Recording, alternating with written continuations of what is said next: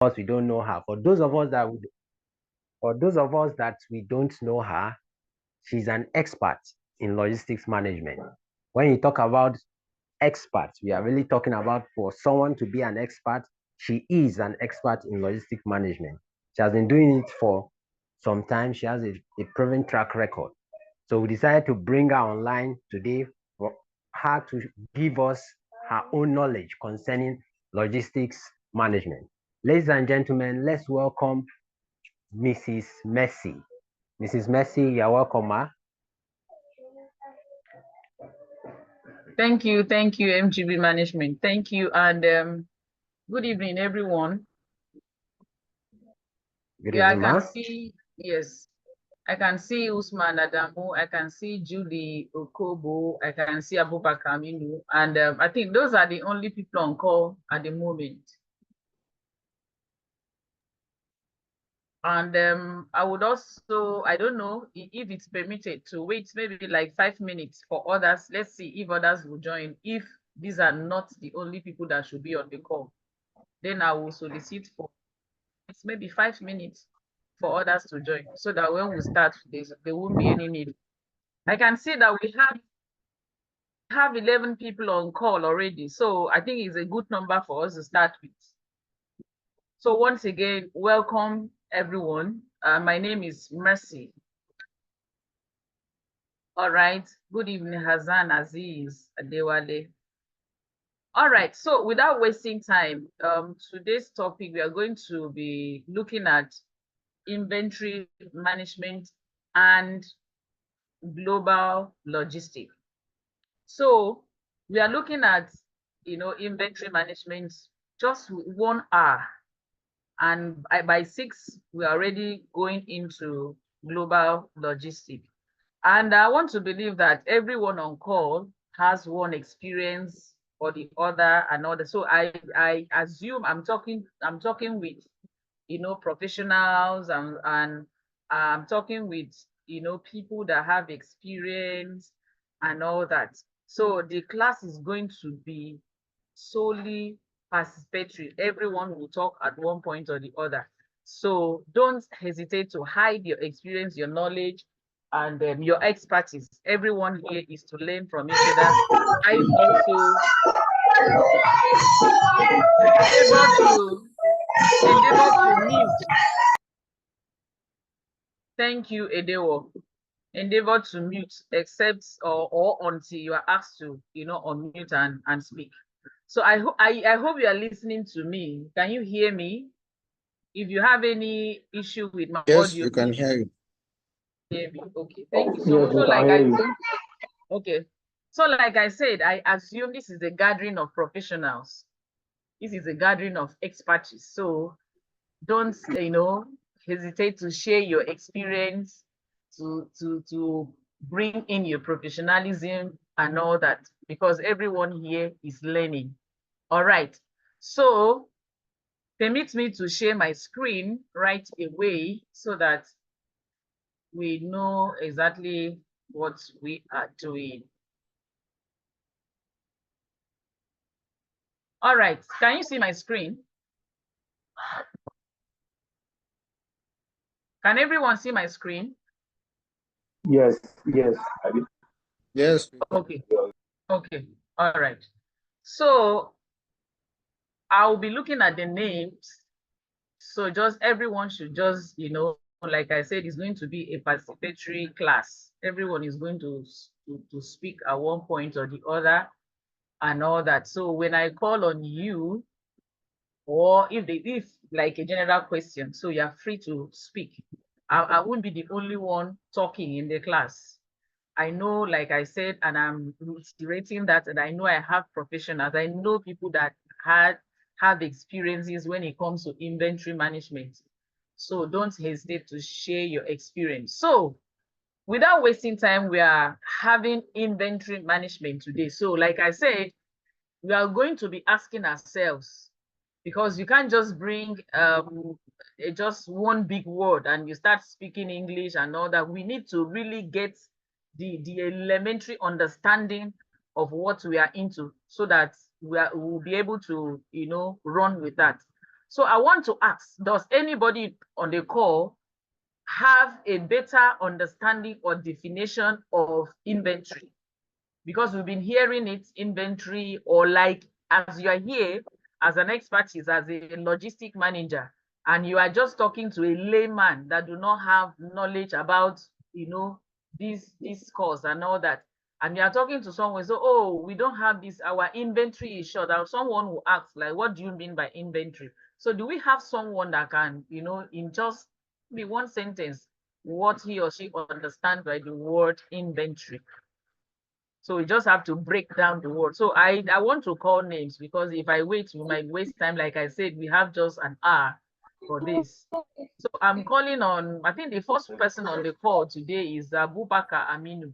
So can you tell us what you understand by the word inventory?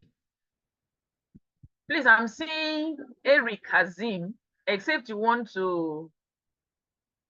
us to see you and all that. Otherwise, I would say if you want to be on a video, no problem. But I think I want to believe it's not a mistake that you are on a video. All right. So Abubakar, I'm waiting. What do you understand by the word inventory, or any other person on the call, please, so that we don't, waste time here? Are you hearing me? Please, can someone tell us what he or she understand by the word inventory?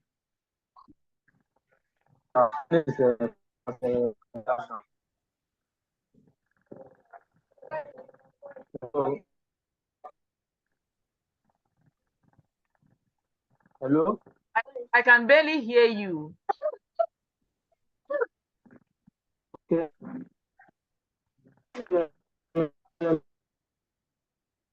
I can barely hear you. Your audio is fluctuating.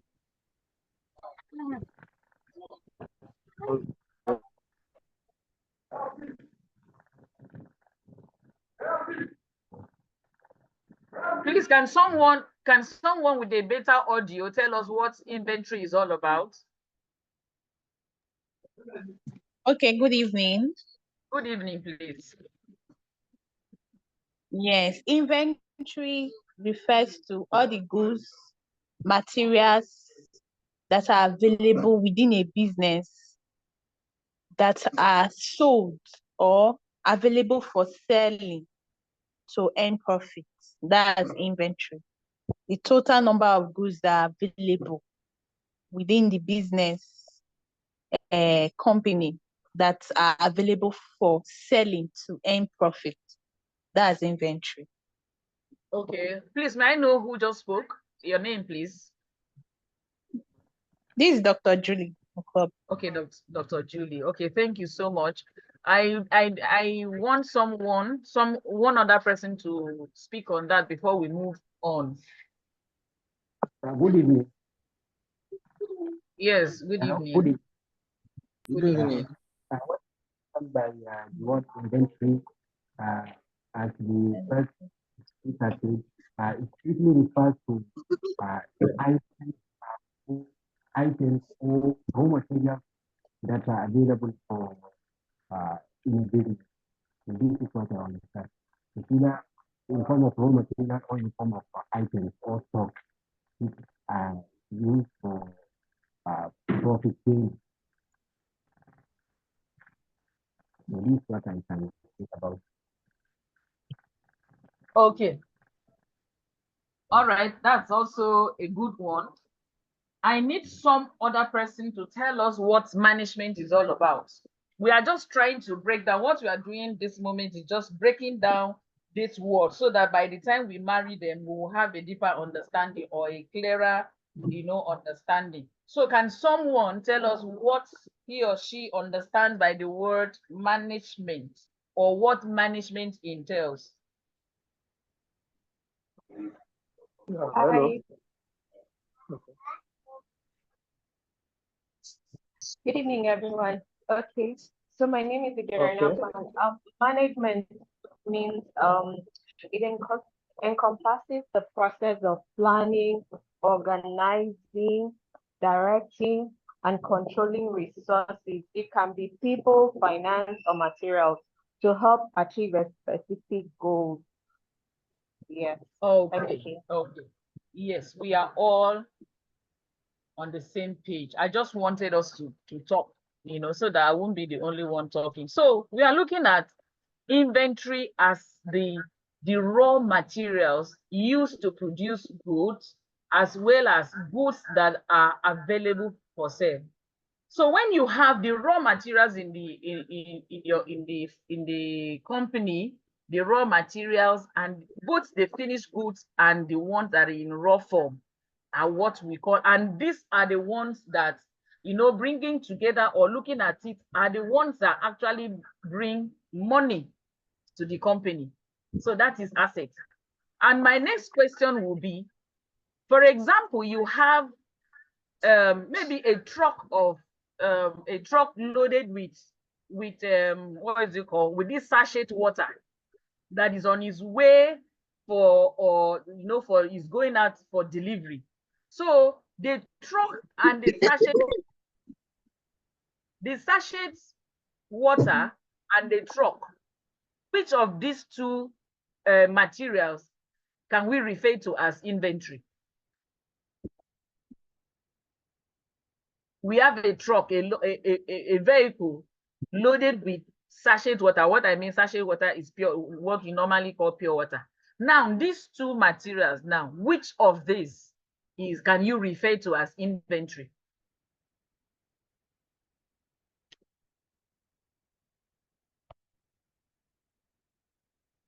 Are we together? Hello? You can come again. Come again. That's the product. Is sachet water. Okay. That is the inventory we are talking about. That is the finished good. And then you can refer to the vehicle as an asset. So don't mistaking the two to be inventory that we're talking about. We're just using that holistic example just for us to, understand better. So without wasting time, we know that inventory management is just the process of, storing, ordering, and selling of goods and services, not just goods, but services. It is the discipline that involves the management of various supplies and processes. So when you talk of management, you are talking of all those, like someone said, the monitoring, the thing, and all that put together and all that. So in inventory management, we are simply talking about, the process of storing, the process of ordering, and the process of selling of goods and services. I hope we get that. So this is it. It said inventory management refers to the process of ordering, storing, using, and selling a company's inventory. This includes the management of raw materials, components, and finished products, as well as warehousing and processing of such items. So, and then please, someone mute. Can you mute? Everyone should be muted for now, please. There are different types of inventory management, each with its pros and cons, depending on the company's needs. What are we saying? We are looking at, since we've seen that inventory management is the process of overseeing and controlling the movement of goods in a company from the time they are ordered. Take note of this. From the time they are ordered to the time they are sold. The processes, the movements, the procedures, everything that is going on, from when the goods are in the company to where they are sold, is the management aspect of inventory, or the inventory management that we have in logistics. So we're saying that it involves managing the flow of products into and out of a company's warehouse or storage facilities, ensuring that the right products are available in the right quantities at the right time. So that is what inventory management is all about. You manage the flow of products into and out of the company's warehouse or storage facilities. You ensure the right products are available in the right quantities and at the right time. So that is what inventory management is all about. And then we look at, okay, this is the inventory we are talking about. We are talking about this. We are talking about the raw materials. We are talking about the goods that are in stock, the ones that are out stock. We are talking about the purchases. We are talking about the production, the transfer. So this is the flow. This is how the inventory flows. It flows from, you know, the purchase to production. You transfer in. You are now checking in the stock that you have and the stock that are going out. When we talk of the stocking and the stock out, we're talking about the sales, and the raw materials are the stocking, the stock out and sales, and then the transfer out and the shrinking. All those things is what inventory management is all about. So we are now looking at inventory management that involves a number of key activities, including forecasting demand, monitoring stock levels, optimizing ordering and replenishment processes, setting safety stock levels, and reducing the cost of carrying inventory. So as a logistic, manager, these are your job, or this is your job. These are your roles. These are your responsibilities. You are looking at the stock that you have, that is the inventory, what you have, the goods you have available. You are looking at how the demand is going.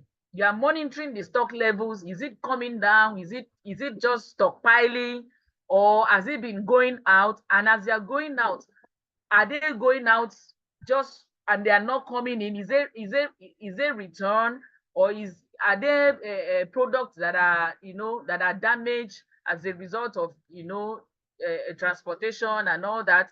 You look at all this, you look at them, you check them, you optimize ordering, you replenish them. When the order is going down, you are the one to know when to fill in. All right. Setting safety stock levels and reducing the cost of carrying inventories. Are we together?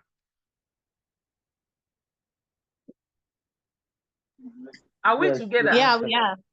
yes. Please, I need feedback, so I won't just be talking to myself. So we are looking at, and where I am faster, or where I am you are not understanding, please call my attention. Questions are necessary, questions, irrelevant questions are needed. All right, we are in the class, so we'll talk. All right, so we are looking at importance of inventory management for business. Why inventory management? So we say that inventory management is important for businesses because it helps them to effectively manage their inventory. Remember, at the start of the class, we define what inventory is all about.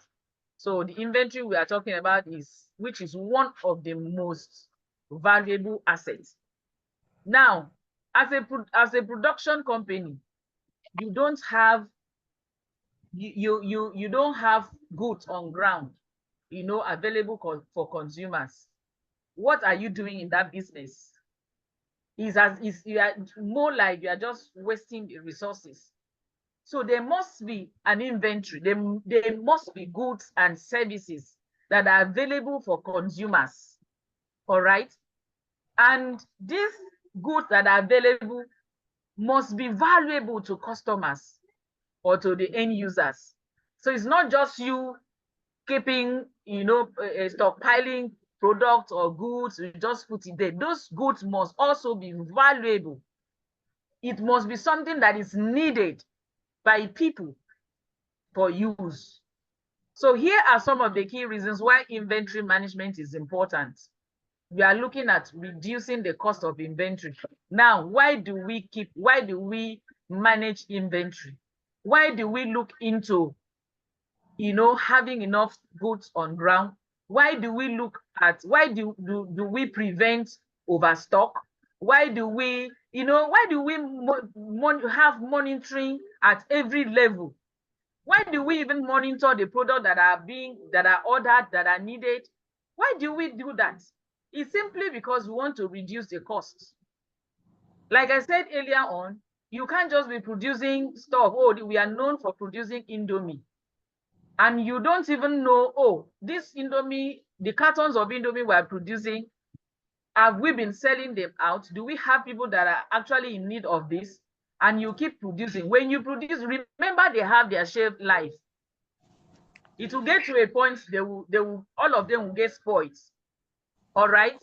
And at that point, what will happen? You will lose money. You will lose money. Your business will run down. So effective inventory management helps businesses, helps you and I to minimize the cost of carrying inventory by reducing overstocking. I've already said that. Overstocking, you just keep producing, you are not selling them out, nothing is taken out, you overstock, the warehouse. And to also what? Reduce obsolescence. What do I mean by obsolescence? Like you just produce products that tomorrow they will run out of, they will expire. Let me just use that word, So obsolescence here is talking about just the expiry date, the expiration, the shelf life of a product. So when you keep overstocking, they say you definitely, the products, they will definitely, get expired. And the consumers will not want to buy them, will not want them again. And what will happen at that point? You will lose money. You will not earn anything. Your business is going down. You are wasting money. You are wasting resources. So by monitoring stock level,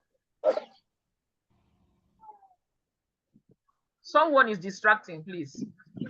So by monitoring stock levels and ordering products only when needed, businesses can reduce the amount of money tied up in inventory. It's just like a normal day-to-day market woman, that is saying, especially in the economy of today, he said now what is selling is actually rice. All right. Okay, let me say what is actually selling now is actually gari, cassava flour. And then the normal market woman will like, it's like that's what people are eating now. And will now go and load bags of gari to the store. All right.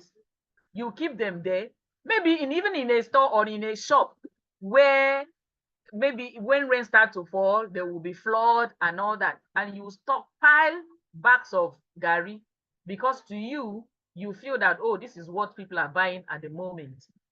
And then you keep them there. By the time you go, maybe the gari itself gets spoiled, they start smelling and all that. Maybe rain falls and water, enters the shop and all that. And everything is spoiled. You have tied up your money in that inventory, and at the end of the day you run out of profits. So I hope we are following. Please, I need feedback. I finish project finish. Yes, ma'am. Yes. All right.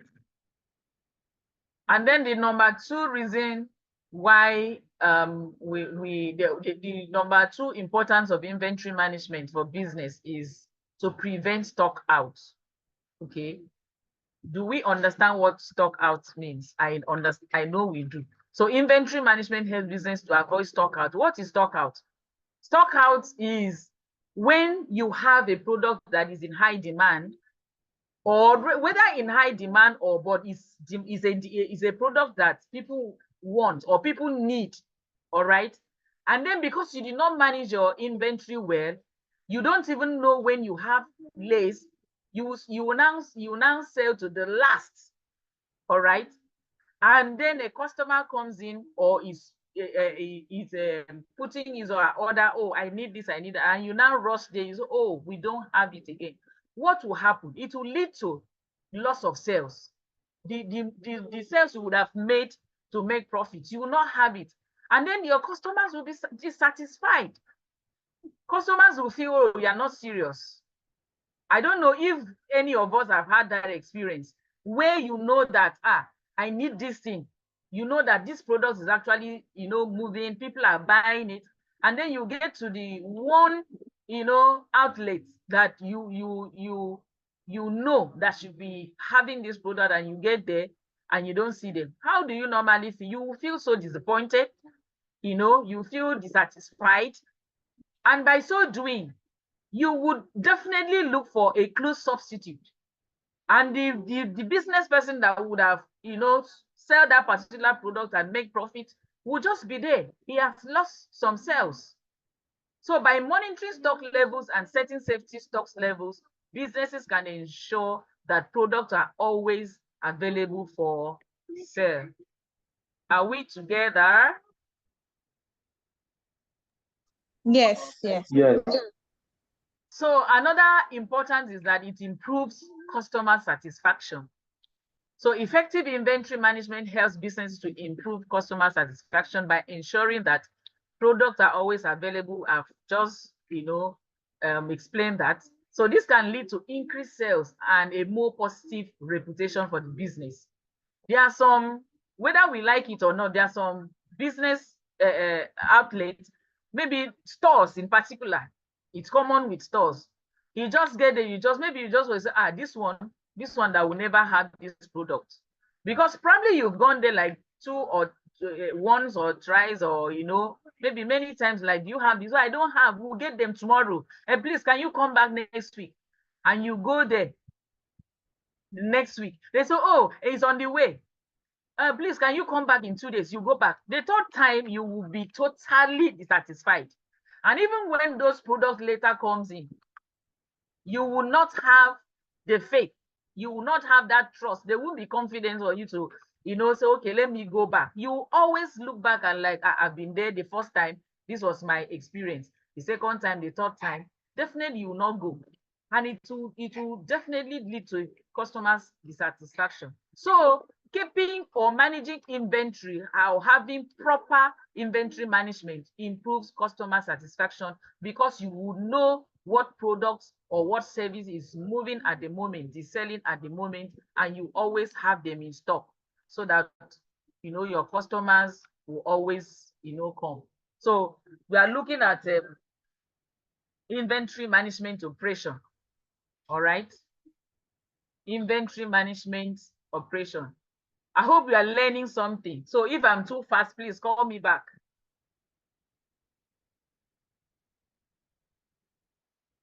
I'm waiting for your feedback. Are we on the same page?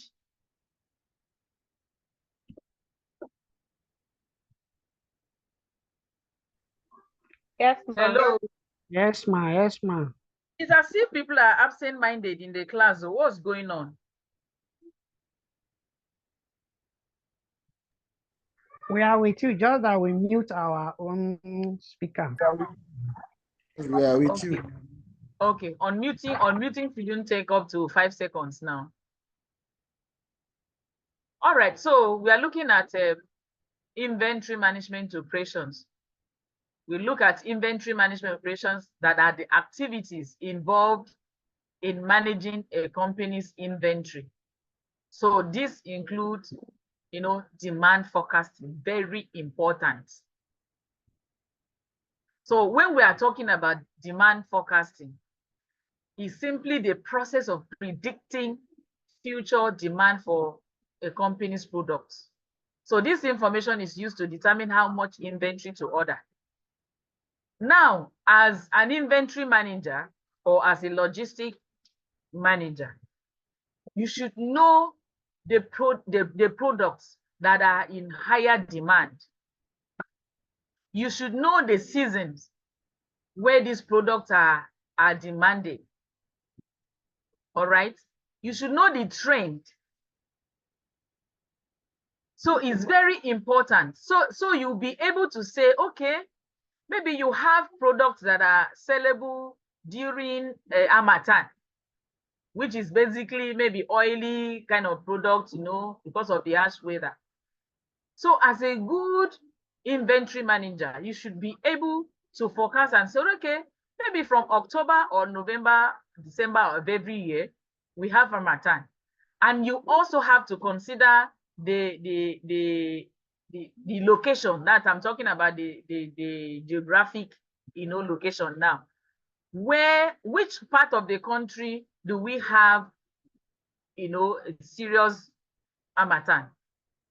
all right, and which we will not. So as an inventory manager, you should be able to predict that maybe in November or in December when we have Harmattan, oh, we usually sell like maybe 200 cartons of a particular body lotion. You know, that's if you are in a manufacturing, a beauty products, whatever manufacturing company, should be able to know that in November, every November, we sell out, or last year, or the trend, maybe in the last 3 years, we've been selling like between 200 or 250 cartons of a particular body product that is always demanded for during Harmattan. So you'll be able to forecast and make sure that you don't have these products out of stock. You have them there. So the operations here is demand forecasting. You'll be able to predict the future demand for a company's product. And this information is used to determine how much inventory to order. So we also talk about inventory planning. So this is the process of determining the right level of inventory to have on hand. This is based on factors such as demand, lead time, carrying costs, which is self-explanatory. You know, the right level of inventory to have at hand. What are the products? Okay, let me not use product because let's sound professional here and all that. What inventory should we have? What inventory is in demand now? What is the lead time? The lead time is, you know, like I said, which time of the year, which time of the month, which time of, you know, and the carrying cost. Like how much does it cost, you know, for us to carry out this from production, you know, to delivery and all that. So you need to plan your inventory so that you don't, you know, run out of stock or have overstock. So we look at inventory control. So this is the process of ensuring that the company has the right amount of inventory on hand at the right time. So this includes activities such as ordering, receiving, storing, and issuing inventory. Now, the activities such as ordering, you should be able to know, oh, like we had our inventory of yesterday is like maybe 50 cartons of a particular product. So as they are going out, as people are ordering, you should be controlling your inventory to know how much or how many inventory you have in stock, or the ones that you're receiving from the production department. You should also, you know, control that. And the storing, how many do we have in store now? Are they stored in a good condition and all that? And then the issuing inventory. So we talk about inventory valuation. So this is the process of determining the value of a company's inventory. This is important for financial reporting and for making decisions about inventory's level. The valuation is self-explanatory. You are looking at the inventory that of the higher value, of the lower value, of the lowest value, and determine that, because that is where your profit is coming from. So this is important for financial reporting and for decision making and all that. So we look at effective inventory management, which is essential for business of all sizes. So by managing inventory effectively, businesses can reduce costs, improve customer service, and increase profit. So that is in general what we've been saying, you know, since. And we now look at inventory management techniques. This is important. So can we have someone on the call that can attempt what ABC analysis is, MRP, or any of the techniques that we have here? I will have like 3 people to, you know, to speak on this. I don't want to call names, so just unmute if you know anything about this.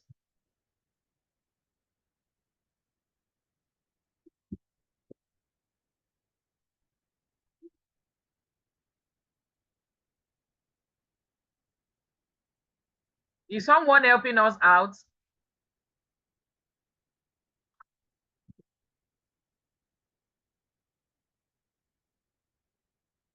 Hello?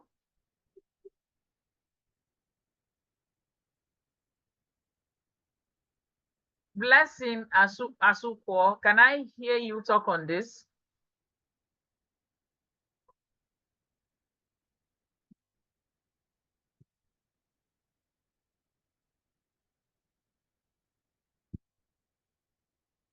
Can I just go on, or?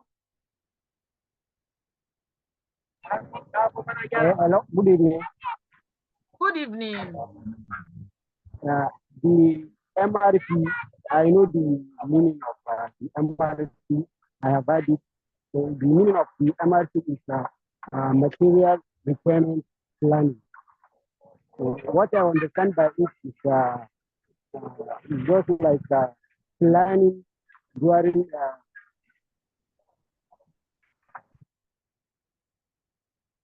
anything that involves any process that involves planning during sourcing items, or if it is raw material or during production using that raw material. So this is what I just heard about it, but I'm not sure if I get it right.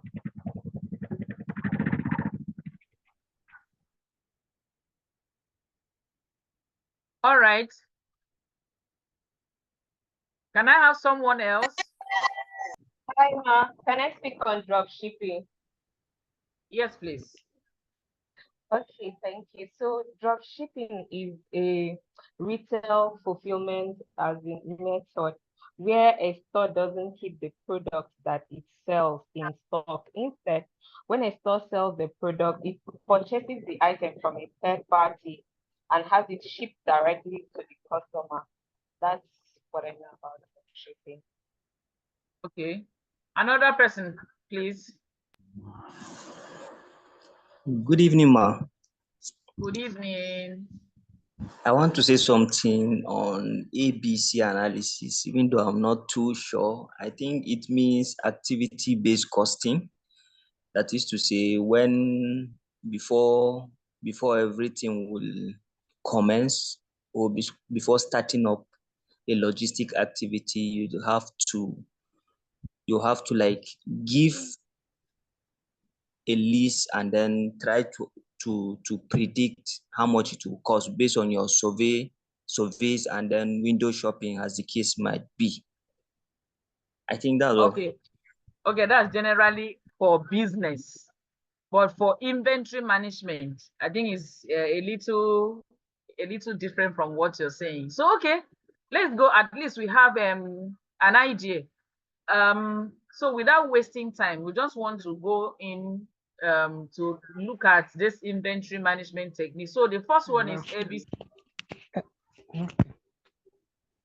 Please, if you're working, mute your mic. Okay. I wanted to say something about the ABC. Okay, please say. Sorry about that. Okay, ABC analysis is actually centered on your placement of your items based on how they are. Will I use the word? Let me use in the medical, in pharmacy.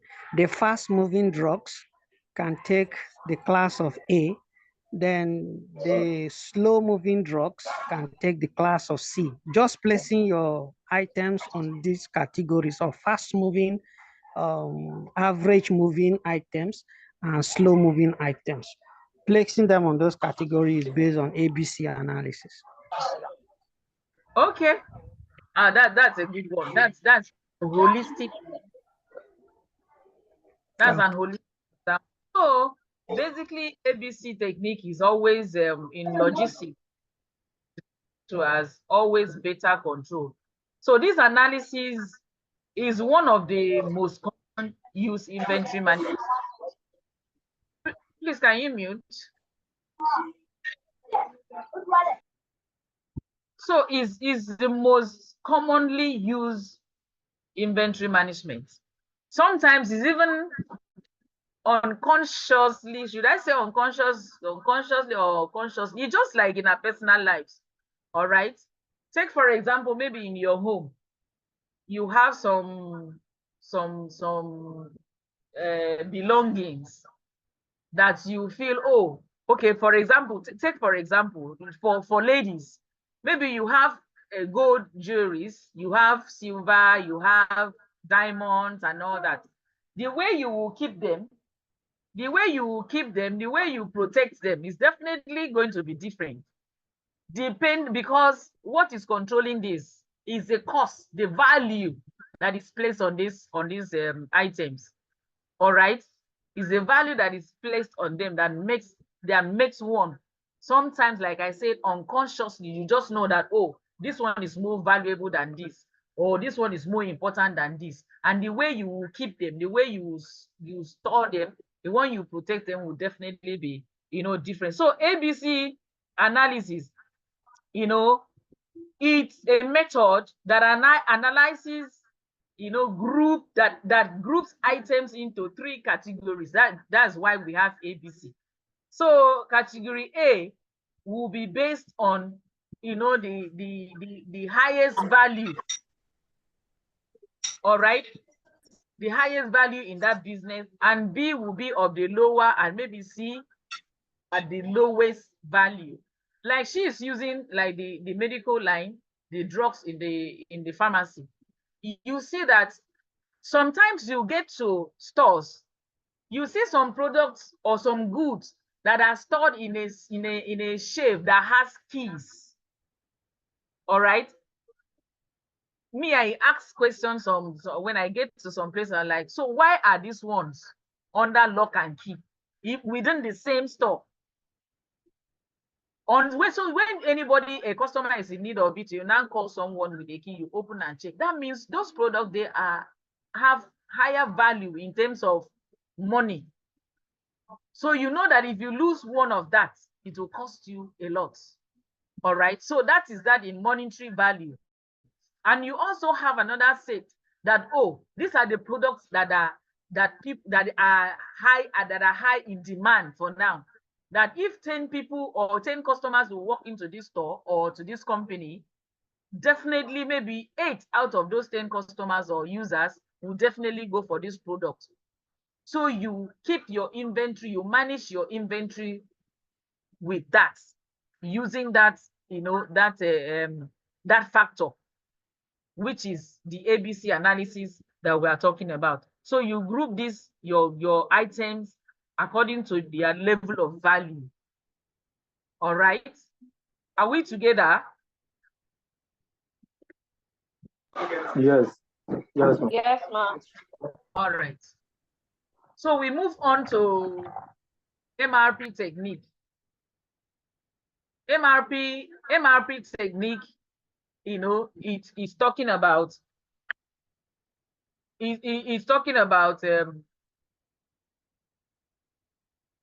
okay, so the next one we have here, the other one we'll just look at. So there are numbers of different inventories management techniques that businesses can use. The best techniques for a particular business. Don't rule that out. A particular business. You can't say, oh, I own a pharmacy, and your technique, you are using ABC. Like when one of us mentioned, that means ABC to us now, because of her experience, would always want to use ABC inventory management techniques. I don't know if I'm correct there. The person that talked on the pharmacy example, I think Yes, I ma'am. want to believe that ABC is generally used by pharmacists. All right. Yes, we do. We do. All right. Okay. So the best techniques for a particular business. So you need to find out the best technique that suits your business. or an organization or a company must always find out the best techniques for a particular business, you know. So, and this would depend on a number of factors, such as the type of business, like I said, the products that are sold, and the size of the business. So those are the things that you look at. So we look at just-in-time inventory. Just-in-time is self-explanatory. Even if you are waking up from sleep, you should be able to explain this one. So inventory is a system where just-in-time inventory is a system where inventory is only ordered when it is needed. So this can help businesses to reduce costs by eliminating the need to carry excess inventory. Now, can someone tell us a typical example of just-in-time inventory? Which business is using just-in-time, or which businesses are using just-in-time inventory? Everyone should know this one. So we shouldn't waste time here. A typical business that is using just-in-time inventory management technique. Perishable goods. Perishable goods. Yes. Like which company that I was asking, like which company do you know are using this?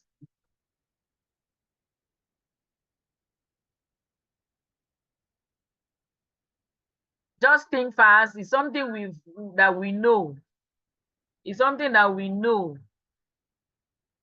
You walk into, okay, without wasting time, you walk into a Domino pizza outlet. Should we take that as holistic example? Yes, I think that's a good one. That's a good example, because Domino Pizza or any company that is in you know, baking or producing pizza would never produce pizza maybe in the morning. As they get to the outlet, they just say, oh, yesterday we sold 5,000 people came in to buy pizza. Okay, today let us produce 10,000 or 6,000 that they will come. If you do that, what will happen? And you are doing that, maybe yesterday's weather was good, people were moving around and all that. Today's weather is raining everywhere, people don't go out, and then you are producing, you are overstocking, okay, your outlet with ready-made pizza. What do you think will happen? You will lose your money. You will lose money. Okay, so Domino Pizza is basically using just-in-time inventory management. All right, when it comes to their finished goods. All right, I'm not talking about the materials, you know, that they use. When you talk about the finished good, that's the already made pizza they use just in time. Because it is until you walk into Domino Pizza or any pizza outlet and make payments that they will start baking, that they will start producing. So you won't walk into a pizza outlet and you just, oh, I want the largest size of this, and they will just give you right there. It is impossible. So that's the holistic example of a brand of business, you know, that is using just-in-time inventory management technique. Are we together? Yes, we are. Yes, We are. yes, ma'am. Yes, ma'am. All right, so we look at the material requirements planning, which is a system that uses demand forecast to determine the amount of raw materials and components that are needed to produce a product. You know, all these things are self-explanatory. It uses demand forecast to determine the amount of raw materials. Like we know, we talked about demand forecasting earlier on. You look at, oh, which product moves at a particular time, a particular lead time, what products is in demand when we have rain, or when we have heat, or when we have, you know, like recently, we know that the power or the electricity system or be experienced in Nigeria now, to some people or some areas or some states, is becoming frustrating. So I had walked into a store and I needed cold water. To my greatest shock, I did not meet any one bottled water that was cold at the moment. And I asked, so why now? You have fridge. You know why? Because the demand at that time was high because of the heat. So people that do not have water in their, lights in their houses, power, electricity in their houses, will always run to these stores at least to get cold water.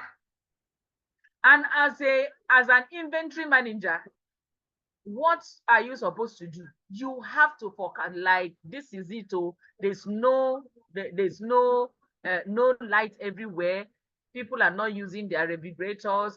People can just pay for 500 naira to get a 75 cl bottled water because it's cold. So that's what demand forecast does. That's where we are talking about MRP. That's for the finished goods. When I'm the example I'm using. So we are talking about material requirement planning. You look at all those, and then if that was also a production that you are producing that water, what will you do? Oh, bottled water is in high demand now, and because you know that you're actually sending them to these stores, they are in high demand because of the weather. So that's what we are talking about. So this can help business to avoid stock out. So when I got there, I did not see cold water, and that was stock out. And I had to move from there to another store just for me to be able to get a cold, water to drink. So this can help business to avoid stock out and ensure that they have the right amount of inventory on hand to meet demand. So, like someone has already, explained the drop shipping. The typical example of a business that is using drop shipping, I don't want to ask us, we'll keep wasting time. I think to me, the typical example is, if we have ever experienced, patronized Jumia. Are we together? Or any online store? Me, I'm using Jumia because I have experience there. Any online store. You go to Jumia, you see a product, you see an item, you order. And some you will see shipped from overseas. I don't know if someone has had this experience or someone else knows about this. Yes, Jumia. Yes, so that's a typical example of drop shipping techniques. And they are just there while they are monitoring the stock. Sometimes as you're ordering, you see that the stock is already showing. It say so in stock. If it is out of stock, it will be shown immediately out of stock. All right. If it is two that is left, and the sizes and everything, the color, everything is there. The color of the item, the size, and all that, everything is shown there, right there. And then from where you just pay, oh, I'm patronizing, I'm getting this goods from Jumia, but it is not Jumia that is producing it. So Jumia will now get to the company that are producing it, and then will now say, oh, we need this in our stock. We see that we have 12 customers or users that are in need of this, and they will do it. They will produce it. They will now ship it to you direct, but you only know that it's Jumia platform that you got this product, from. So the logistic of drop shipping depends on your arrangements, so it follows this sequence. So when a seller signs agreement with a drop shipper, customers will order online. The sellers will receive the order. Imagine. And then customer will receive an order confirmation, and then the seller will forward the order to drop shipper, and the drop shipper will ship the product, and the customer will receive their product. So to you and I now, is it not Jumia? It's Jumia that I got. Somebody, you ask, where did you get this from? You say, oh, I got it from Jumia. All right, so that's drop shipping techniques. We now look at economic order quantity, EOQ, which is a formula that can be used to determine the optimal order quantity for a product. All right, so this can help business to reduce cost by minimizing ordering cost and carrying cost. It's a formula, economic order quantity, is self-explanatory. All this is just for you to reduce your cost. Look at the ordering cost and look at the carrying costs. All right. So those are the, and the other ones. Remember this this slide is going to be sent to you, for you to further read through. So we are looking at business inventory management challenges. What are the challenges that are faced by inventory management as at present? Of course, there is nothing. Remember, we're talking about the pros and the cons. We look at the benefit, the importance, and also the challenges. So managing stock out and overstocking is one of the challenges. How to manage stock out and how to manage overstocking. Because if you're not careful here, either you lose out of, you have understock. In trying to say, I don't want us to have too much, I don't want us to have too much, you run out of stock. So it's a challenge. So maintaining the right balance between having enough inventory to meet demand and avoiding, overstocking can be a challenge. So stock out can result in loss of sales, we know, and frustrated customers. And when customers are frustrated once, twice, thrice, and it becomes a trend, definitely the customers will change where to get the stuff from, will change the where he or she gets our goods from. And remember, in any business you have competitors. Remember the SWOT analysis in business. We have competitors. Remember, we have close substitutes. So if you don't manage it well, you will lose your customers or your users, or your clients when it comes to services. So the close substitutes that are waiting. So while overstocking can tie up valuable capitals and lead to obsolescence or spoilage, we've said that, when we're, starting. So that's one of the challenges. One of the challenges is managing stock out and overstocking. And we look at managing obsolete or slow-moving inventory. How do you manage obsolete? When I say obsolete, the ones that are not useful again, like out because of overstocking, you have products that are obsolete, they are not in use again, or slow-moving inventory. How do you manage that? Becomes a challenge when it comes to inventory management. So dealing with obsolete or slow-moving inventories can be a challenge for business as it ties up valuable capital and may not provide a return on investment. We know that. So finding ways to dispose or sell these inventories, such as through discount programs, liquidation sales, or other strategies, is important for effective inventory management. You see, like in clothing business, you always see, say we are slashing sales. Something that you bought maybe for 50,000 is now slashed to 10,000 and all that. That's this inventory. So you need to sell out, you need to know how to manage this and all that. So we look at balancing cost and services. Inventory management involves balancing the cost of holding inventory with the need to have inventory available to meet customers. You don't keep on producing, stocking every now and then. You need to have a balance. The cost of production, the cost of storing, the cost of the cost of delivery, the cost of everything and all that, so that you don't run out of profit. And then we look at managing complex supply chains. As supply chains become more complex, managing inventories across multiple locations and suppliers can be challenging. So this requires effective communication, coordination. Remember, we are talking about inventory management. So in management, there's communication, strong communication. There is serious coordination and data sharing between all parties involved in the supply chain.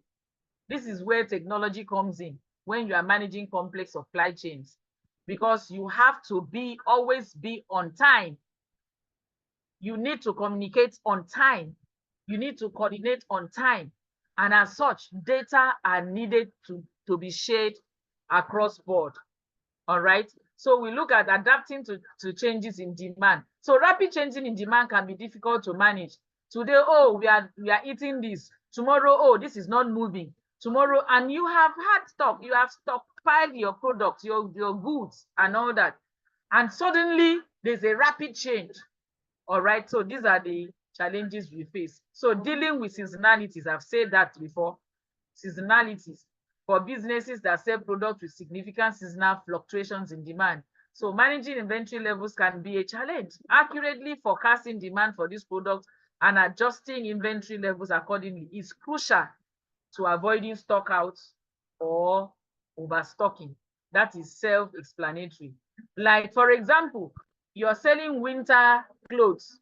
This is where, assuming we are in winter now, and you stockpile winter clothes, and before you know it, maybe the weather change, like we have in Lagos. I don't know in other place. I think basically the Nigerian weather now, we are supposed to on a normal season change, we are supposed to be having rain now. For some parts of the country, is not having rain, and maybe you are dealing your business is dealing with clothing, and you have forecasted that by April that we are now, rain would have started falling. We'll start having cold. Okay, let me stock sweaters, all right, or clothes that are good for cold weather. And before you know it, you are having, maybe rain is not falling for like from now maybe till July. You would have tied up your business, your resources, your money, your finances down. So dealing with seasonalities is a major challenge when it comes to inventory management. Tracking and managing inventories also. That is why it is advisable, to acquire effective tracking systems, strong data management practice, and regular audit to ensure that inventory records are accurate and up to date. Now, we'll quickly look at inventory management best practices. So here are some of the best practices that is good for inventory management using a cloud-based inventory management system. A cloud-based inventory management system can help you track your inventory levels in real time, set up reorder points, and generate reports. All right, it helps you. Like you get to, I like using, because to me that's a holistic example, So stores, that have inventories, as you're selling out, as they're ordering, is generating reports. Just like that Jumia, as I was talking about. Jumia is a cloud-based inventory management system. So as you're ordering, it's telling you the number of the goods or the products that are remaining, and it will generate reports. Like, I'm very familiar with Jumia. As you're ordering, it will tell you, oh, out of 6 in stock, and they will tell you the sizes. All right, they will tell you the sizes, the color, everything at once, and it's in real time. That is what I mean at once. In real time reports. It will generate reports. So the example is that Jumia or any other online store that is using cloud-based inventory management system. So the best practice is to keep accurate stock records. Accurate, this is essential for ensuring that you have the right amount of inventory at hand. And then establish coefficient purchasing procedures. Negotiating with suppliers, setting up bulk discounts, and using just-in-time inventory management. Self-explanatory. Split inventory into different categories. That's when we're talking about that ABC analysis. So this will help you to better track your inventory levels and identify items that are moving slowly or quickly and need for restocking. Develop active relationship with your suppliers, set inventory goals, monitor your inventory levels regularly. And then we look at some additional tips for effective inventory management. The use of barcode scanner or other inventory tracking system. Superstores now are using barcode scanners where they will just scan it and it's reporting, to the inventory control room that, oh, we have 30 cartons of Indomie as at this morning. As they're scanning, it's going and they are monitoring. Set up a system for tracking inventory movement. Set up a system that will be monitoring so that we can adjust quickly to the changes that are happening there. Rotate your inventory regularly, See that your oldest inventory is sold out first, and that you are not left with outdated or obsolete products. Dispose of obsolete inventory promptly. You get to some stores, you see products that are over the years or over months are still there. And people, the business owners still want to sell it. Companies still want to. So for you to have, of course, if you sell out obsolete inventory, definitely, instead of you make the money at that time, but you lose customers, because reports that will go around will show that, oh, these people are selling products that are outdated. And people, customers will not want to come. Consumers will not want to come. If you are known for that, you are automatically spoiling your business. So train your employees on inventory management procedures. This will help to ensure that everyone in the organization is aware of their responsibilities, and that inventory is managed consistently. All right. So we look at the technologies in inventory management. We've seen warehouse management softwares, automated guided vehicles, automated picking tools, blockchain, and all barcode system, AI and machine learning, and all that. So you read that, go through that when the slide is sent to you again for better understanding and all that. So we look at the barcode and RFID, radio frequency identification, barcoding. We've talked about that, where the scan and the signal is sent straight to the unit. And in real time, you know what your inventory is talking about. So inventory management software, like we've said, the tracking, the demand forecasting, order management reporting and integrating, and other systems and enterprise resourcing planning and all that. So you optimize your inventory management software to give you real-time report and all that. Please, someone is distracting. So we also look at warehouse management systems briefly on this, because you cannot talk about inventory management without warehouse management. So we are talking about the systems here. So the warehouse management system software is specifically designed to manage warehouse operations, including inventory control, order fulfillment, and labor management. So it facilitates tasks such as inventory receiving, put away, picking, packing, and shipping, improving warehouse efficiency and accuracy.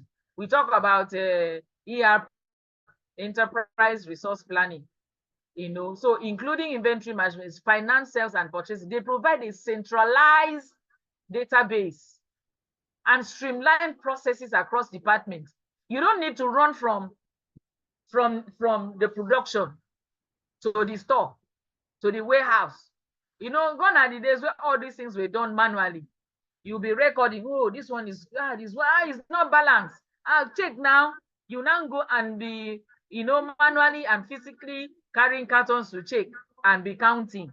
So with enterprise resource planning system, this system integrates various business functions. It includes the inventory management, the finance. As you're keying in, this thing is sold out to at what amount? Oh, as of today, how much did we sell? And purchasing and all that. So they provide a centralized, you don't need to run up and down. The inventory manager doesn't have to come physically to the store. We'll stay in his office and monitor. And we'll be talking, oh, we are under stock. We'll talk to the production department and all that. So it allows for better inventory planning, coordination, and decision making. Like I said, you know when to stock, you know when to send out, you know when to get in.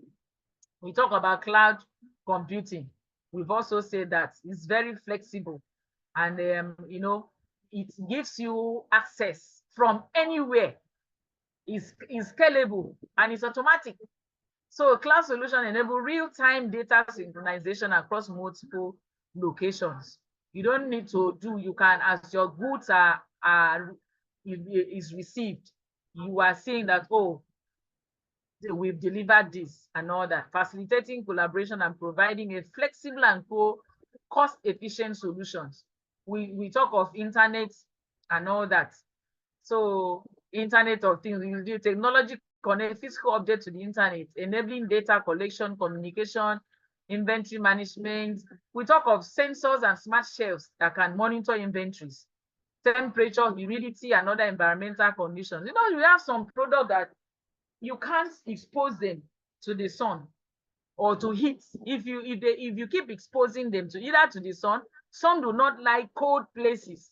They will just get spoiled. So we have technologies that can checkmate this and other, you know, environmental conditions. So this real-time data helps in demand forecasting, inventory optimization, and proactive maintenance.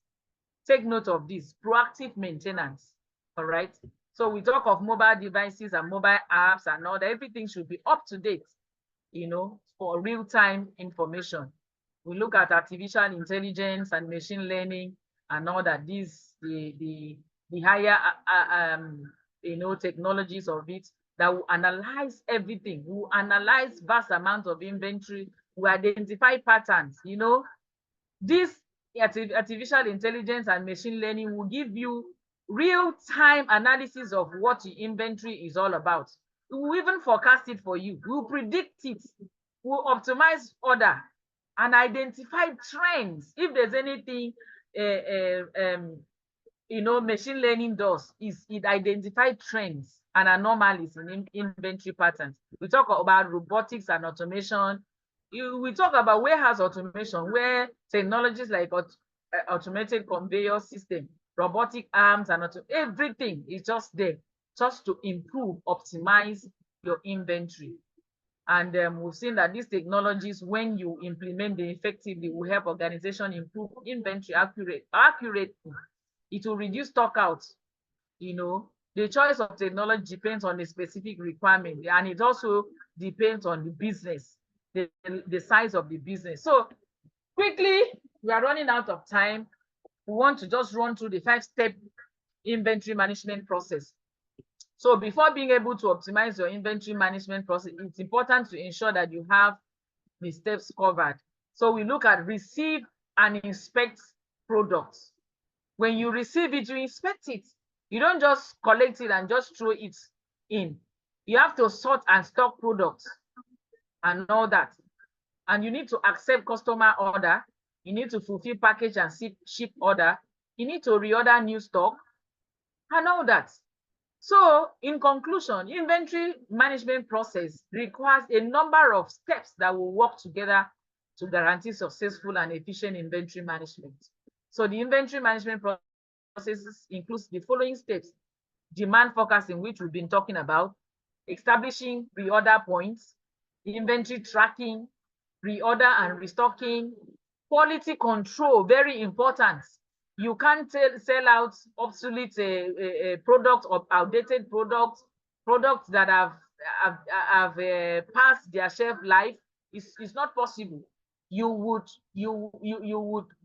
kill your business. You would look at storage of inventory. And in conclusion, we've seen that inventory management plays a vital role in the success of any business, because it involves monitoring and controlling the movement of goods and products from procurement to delivery and to customers, to consumers, to end users.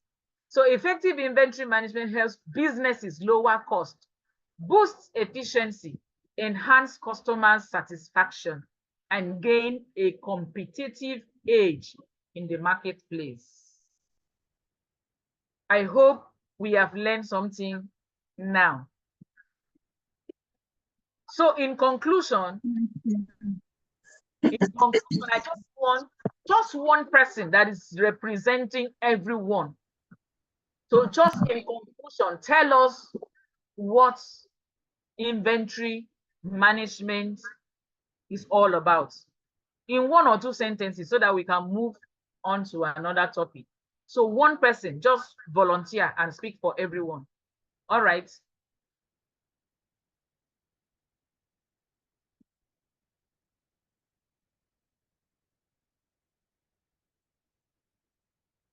Don't we have scholars in the house, expertise, professionals, inventory managers to be the prospective inventory managers, logistic managers?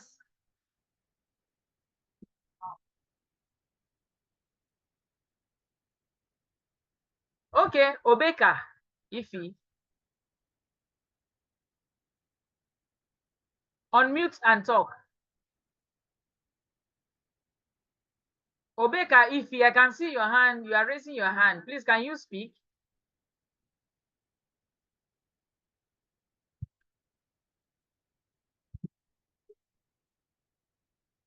Oh my God. Is someone talking? Hello. Please, Azan, help us, please. Hello. Yeah, in conclusion, Yeah. what is inventory management about? Yeah. Can be simply described as the way we are monitoring the goods and services, how we can take a stock of our physical balances, the raw materials, and the finished products. How we can manage not to run loss on our businesses, and how we can deliver customer satisfaction in our various business activities, and also how we can be able to take a control of what goes out, what comes in, and what we are supposed to at least to give out at a particular time. Like when we are having a product that is going to expire like a 2027 now, and we have so I can be able to give out the one that is going to expire first, and then to take an inventory of the one that is having a longer expiration.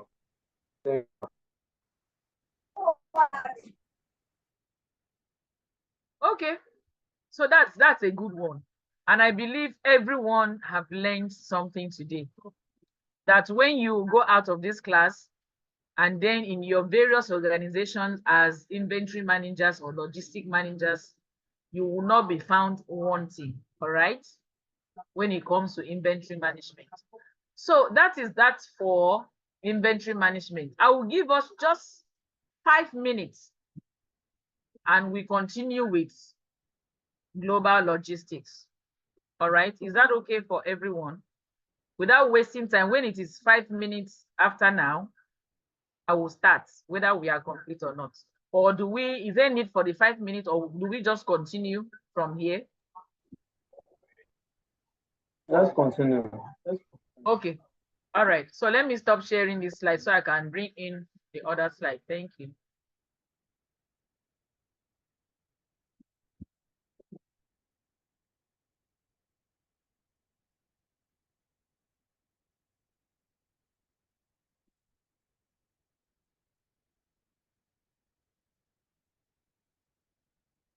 So we're going to be talking on global logistics. As usual, I would say that the class we just finished, I didn't like the fact that people did not talk, all right? People were just listening and all that. Remember, I said that your contribution can help everybody, not just yourself or myself, can help everybody. We are here, we are learning, all right? So I would really like everyone here to, participate. We are not just in elementary school, we are here as professionals. So we'll talk, you ask questions. Nobody asked me questions. I don't know, maybe I did very 100% well, that nobody had any doubts, to ask any question. So that's by the way. So we are talking on global logistics. So global logistics refers to the process of managing the flow of goods, information, and other resources, including energy and people, from the point of origin to the point of consumption on a global scale. All right. So it involves the integration of information, transportation, inventory, warehousing, material handling, and packaging, often in a multinational network. All right. So I would have asked someone to tell us what he or she understands by global logistics, but the response is not encouraging at all. So I wouldn't need to ask. I would just assume that you are learning as you are following. All right. So why is global logistics important? We've seen from procuring the raw materials in one country to manufacturing in another, then selling the final product across various countries. Global logistics facilitates the entire life cycle of trade operations. And you can call it not just ordinary trade, international trade here. So it is an essential aspect of supply chain management that allows businesses to reach new markets. When we are talking about new markets, when we are talking about global, remember we say that the world has turned to global village now. It's gone. So in business, it has turned to, the world has turned to global markets. When we talk about markets, when we talk about markets, we are talking about where the potential buyers, users, consumers are found. So it expands their customers base and operates more efficiently in today's interconnected world, economy. So why is global, we are still looking at why global logistics is important. So a more extensive network of suppliers and vendors, often operating under foreign laws. That is why it is important. The added complication of customs and associated fees, which can impact your global operations. More intricate insurance structures, which may complicate claims processes. Varied expectation from consumers regarding logistic quality. Different, different norms and standard and all that. So that is why global logistics is important, and that is why we are here looking at all this. So we are looking at the advantages and benefits of global logistics. Why? What are the benefits? What are the advantages? Why do we need to, get maybe raw materials from Russia, from Ukraine to Nigeria? Remember when Ukraine was having, okay, not even when they were having, they are still having the conflicts, the fights that they are having. The one. It's actually, and then in Nigeria here, we were hearing that, oh, because Ukraine and Russia are fighting, that we are not able to get our wheat, that the grains we use to produce wheat, or what the wheat that's the grains itself, we couldn't get it. It affected us in Nigeria. So that's what global logistics does. You see all the way from so many of us, we are just hearing, oh, Russia. We don't actually know where it is. We've not been there, but they are the sole suppliers of wheat. All right. So then what are the advantages and what is the benefit? So it's expanded market reach. Going global broadens your customers base, providing more opportunities for revenue and growth. Self-explanatory. Why don't I stay and just do all the business I have? Why do I need to go global? Why do I need to go online? Why do I need to be seen that someone in UK? I can put to you that some people in the UK are actually, patronizing people in Nigeria. You gone are the days that when people travel out, they say, oh, everything is used. Do you know that the Nigerians in diaspora are actually ordering Nigerian made clothes from Nigeria? All right. And that's one of the benefits. That's one of the advantages. So if there was no global logistics, how would that be? That you are stopped. Oh, Nigeria must not export any goods, or you must not take anything from Nigeria to the UK or to the US. How would you do? So you will sit there, you'll be seeing what you want in Nigeria, you will not get it. So the benefit of global logistics expands market reach. It makes you to reach everywhere. And in return, you will grow your revenue, you make profit, you have more opportunities, you'll be visible in the international market space. And it also, one of the benefits is supply chain optimization. Global logistics can lead to more efficient and cost-effective supply chain management, primarily through the diversification of suppliers network. All right. We've seen like people that do business with the Turkey economy, you know, they will say, okay, if you buy in bulk, people that buy in bulk for sale, do you know they have their own supply, their own delivery rates? You will see something like, oh, if you buy up to 10 pieces of clothes, we'll ship free. If you buy, maybe if you are a business owner, you have a store outlet and they know, sometimes they will give you some discounts and all that. So that's the supply chain of, and it gives you competitive edge. Being able to operate and deliver goods or services efficiently on a global scale can give your business a significant edge over competitors that only operate locally or regionally. All right. Are we together? We are. Yes, ma'am. Yes, ma'am. Yes. So when we are talking about benefits of global logistics, these are the most important three: expanded market reach, supply chain optimization, and competitive advantage. It makes you to compete. It makes you to compete. Like, you can't just send anything out. You would want to be to have a standard. Of course, there's a standard. Remember in some years back where Nigerian government was celebrating importation of yam. I don't know how many of us remember that. The celebration was too loud that, oh, we are finally able to import yam. So me, I was asking, as a layman then, I didn't understand, is it not just yam? What do you need to do to yam before you will be able to carry yam out of Nigeria?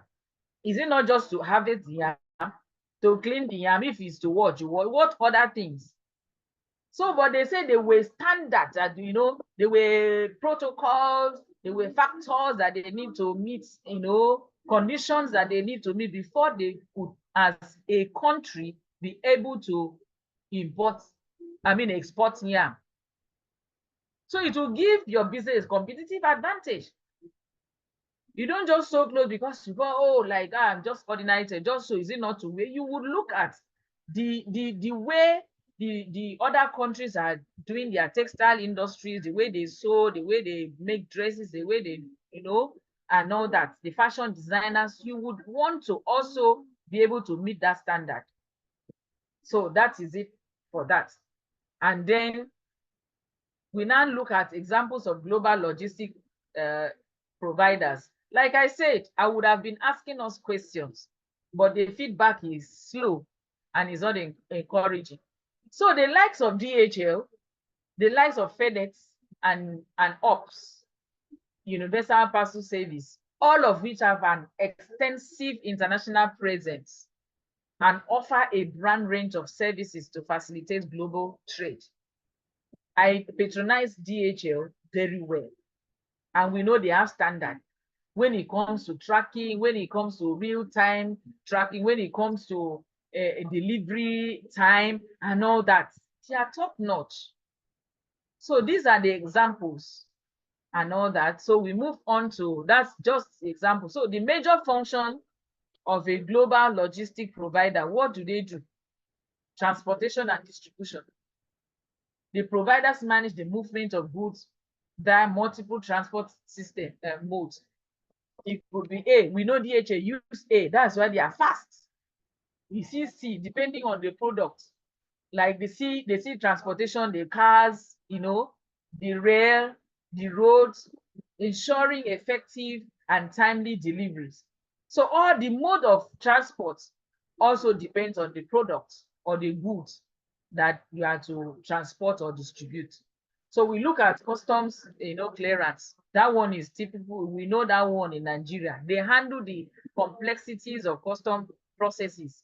So instead of you to say, oh, I want to go and maybe you want to travel to where maybe US, if your car is coming from US, you travel there, you pay for it, and you come back.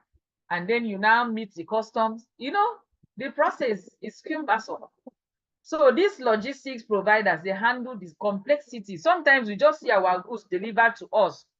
We don't even know how it is. The processes, aside us, apart from us just paying the fees, you know, that they demand from us. You just pay and you sit at the comfort of your home and you receive a call, I'm at your gates, and you get out and you receive your products or your goods. So including documentation and fees, they simplify the import and export processes for businesses. So that's what logistic providers do. So warehousing and storage. So global providers offer strategic warehousing solutions, enabling safe storage and easy accessibility of goods, self-explanatory. The supply chain management, they optimize the entire supply chain, managing everything from procurement to last mile delivery. It's as seamless as anything. You are sitting down here, you are going online. Okay, take for example, Amazon. We all know Amazon, you know, the online retail store. We go there, we just, you know, order what we need and all that. They will look at everything and they will bring it. Your obligation is just pay for it, pay for the service, and the delivery is done. All right. So logistic providers, they take charge of the entire supply chain, you know, management. And we move further to see the importance of logistics in the global economy and all that. So the importance of logistics in the global economy. Why logistics important in today's economy?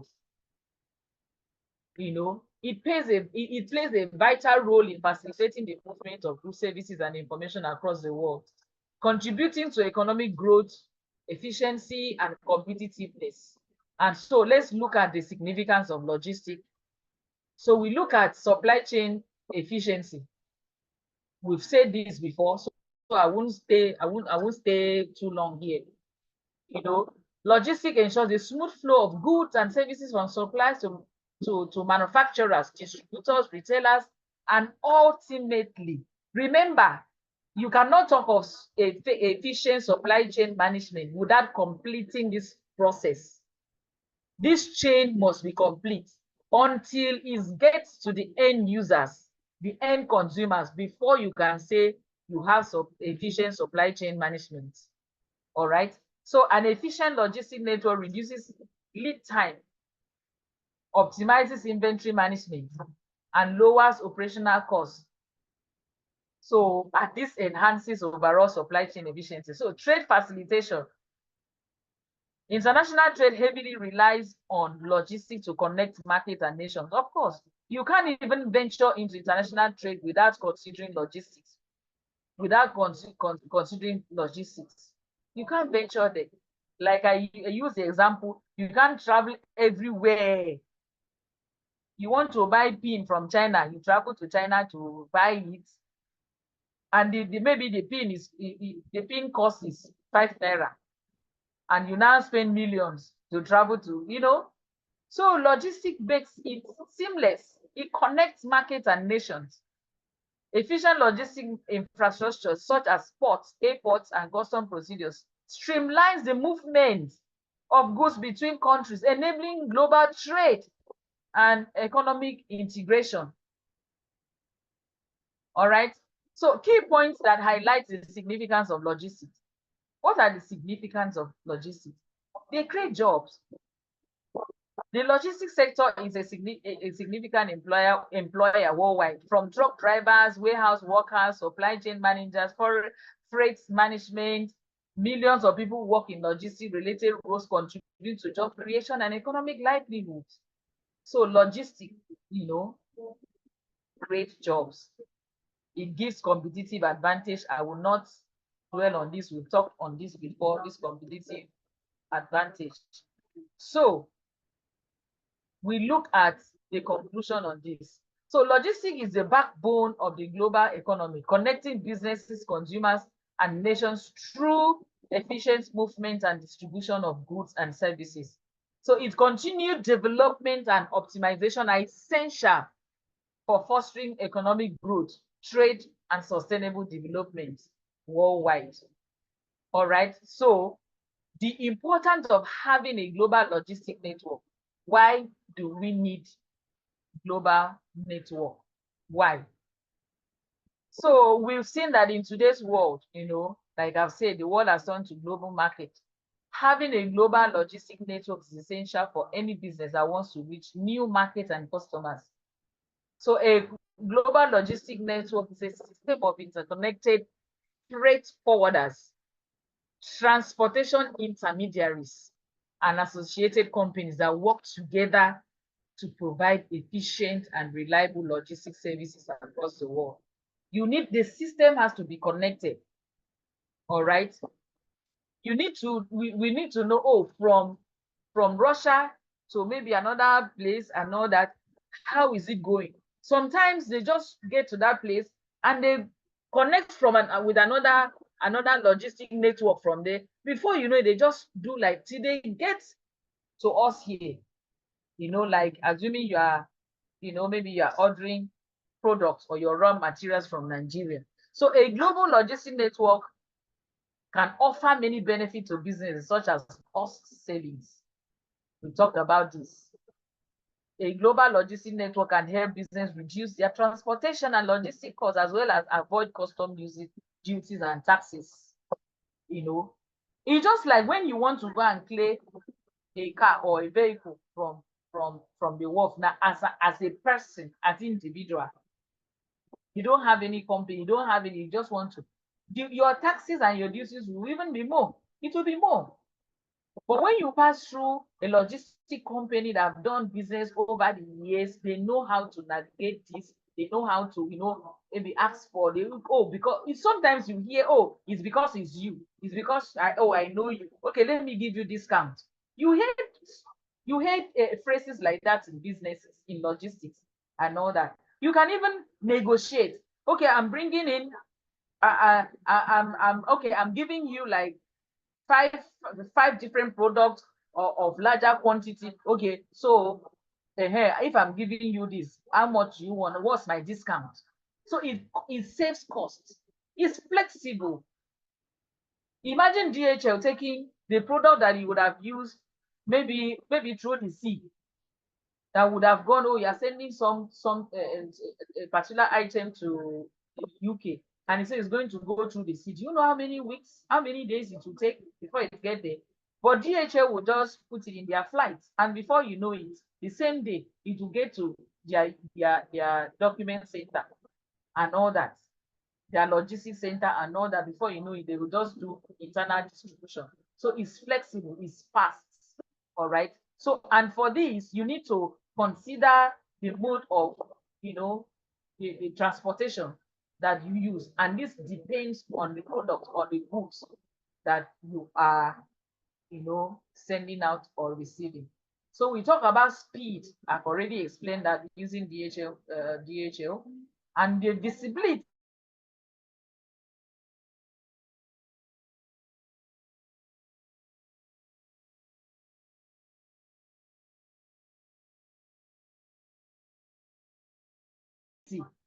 The global Sudan, all right. You come home tomorrow morning, you key in the tracking number, and it tells you, oh, it has left Nigeria. It's at it's a particular place, and the next tomorrow, oh, it has gotten to the logistics center in Sudan, and you check again, oh, it's been delivered, to the end user. So what is a reverse logistics rather? What is a reverse logistics? Are we together? I hope I'm not just talking to myself alone. Yes, ma, we are. Yes, ma, we are together. And it's making sense. Is it making sense? Yes. Yes. Okay. I need to know that it's making sense. All right. So just as it sounds, reverse logistics is managing the supply chain in reverse. So goods moves from customers back to the warehouse, sellers or manufacturers. Reverse now is a common word. So The process begins with the customer.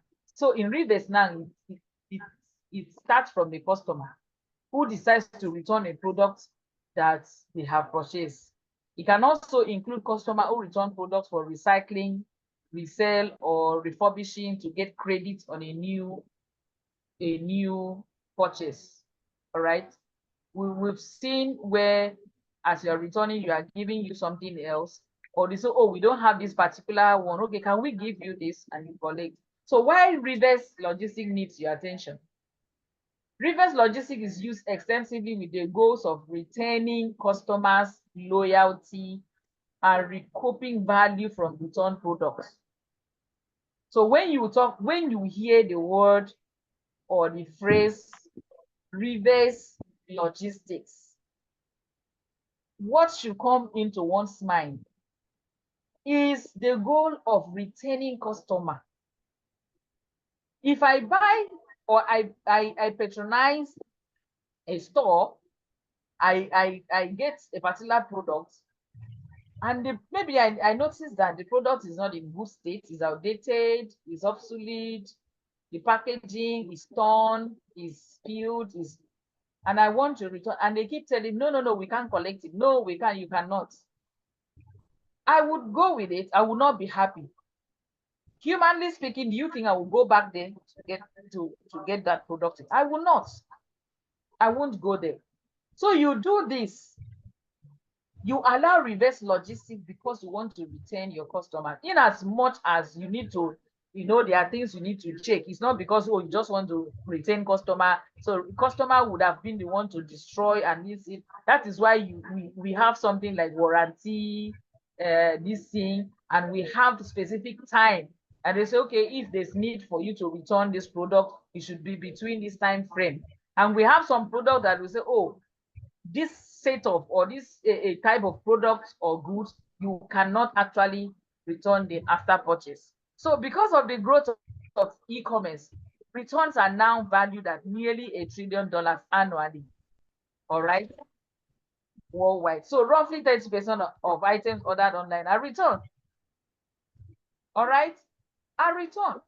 That is why you have some online marketers or online businesses. They will tell you pay on delivery. You don't pay on, because there's tendency that when you see what you ordered for, you might not like it, and there's room for return. All right. So managing the 5 hours of reverse. So many organizations associate with handling returns, but it can be broader than that. As the supply chain becomes more complex, you can optimize this part of the process by managing the 5 R's of reverse logistics. What are the 5 R's of returns and exchanges? So the best way to deal with product returns and exchanges is to avoid them in the first place. That's the best way. Don't produce or don't stock products, don't stock goods that you have in mind that actually to be returned. When they return it, I will exchange it. Do you want to run out of business? Considering the cost of delivery, the cost of logistics, and the return, and the devaluation of the product itself. So some of the ways you can do this include sell high quality products in the first place. Don't undermine your standard. Don't undermine your quality, because definitely if your quality is not top notch, if you are sending out substandard products, there will be high rate of returns and exchanges, and that will make you to lose sales. You lose sales, you run out of sometimes run out of stocks or have overstock. So create clear product descriptions. Clear product description. So avoid returns and exchanges. Let someone comes in and gets a product, and the clear product is however what the product is meant for, And everything, the dosage in terms of maybe drugs and all that, the usage, everything is spelled out. So that the person that is getting it will know what he or she is getting. The consumer will know, the user will know, this is what I'm getting. But when maybe the product was meant to cure headache and it wasn't clear, of course it happens that I will pick especially for health products. You pick, you see, this product is for cold, is for kata, is for running nose, is for they will not, so you will be asking kata, this, that for one product. Now, and sometimes when you get to these retail stores, they will give you product with that description, and they will also give you another one, say, ah, this one is for headache, and you'll be asking, you say cold, you know, all those things. So create clear product descriptions to avoid returns and exchanges. Avoid shipping the wrong items. I have had experience where the wrong sizes of shoes were returned. This leg is size, this size, and that one. And the dispatch that came wasted the money, the energy, the everything put together, resources, the energy and everything, and it's returning. All right. So establishing processes to prevent product damage during storage or shipment. Look for the goods, the fragile goods, the goods that are can be easily damaged and all that. Sometimes you see products like maybe breakable, they will tell you fragile. You always see written on the product fragile, handle with K. All right. So establish such processes to prevent product damage, so that when as somebody is carrying, we'll know that we have breakable, you know, goods, damage, fragile goods or products inside, and we'll know how to handle it. You always see them fragile, handle with K, or you see arrow pointing, handle, carry it this way. So those are the processes we are talking about. And we look at reselling return products. Remember, we are talking about the 5R of reverse logistics. Reselling return products. Just because one customer doesn't want a product doesn't mean it won't be treasured by someone else. So as a business, you can add to your bottom line by processing and selling return products that are in good condition. All right, that are in good condition. So in the US alone, we know the secondary market is worth over 15 billion annually. Okay, take for example, I had an experience where I went to a store, all right, to get a sneakers. And I checked that particular sneakers online. I saw that the amount in foreign currency was high. And the amount I was to get here was comparing the exchange rate and all that was less. So I asked, are you sure this is actually the original of this product?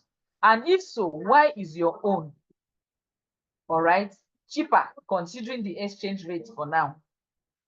And then the answer, because it was actually a customer, all right, decided to explain by saying that, yes, it is actually one and the same product.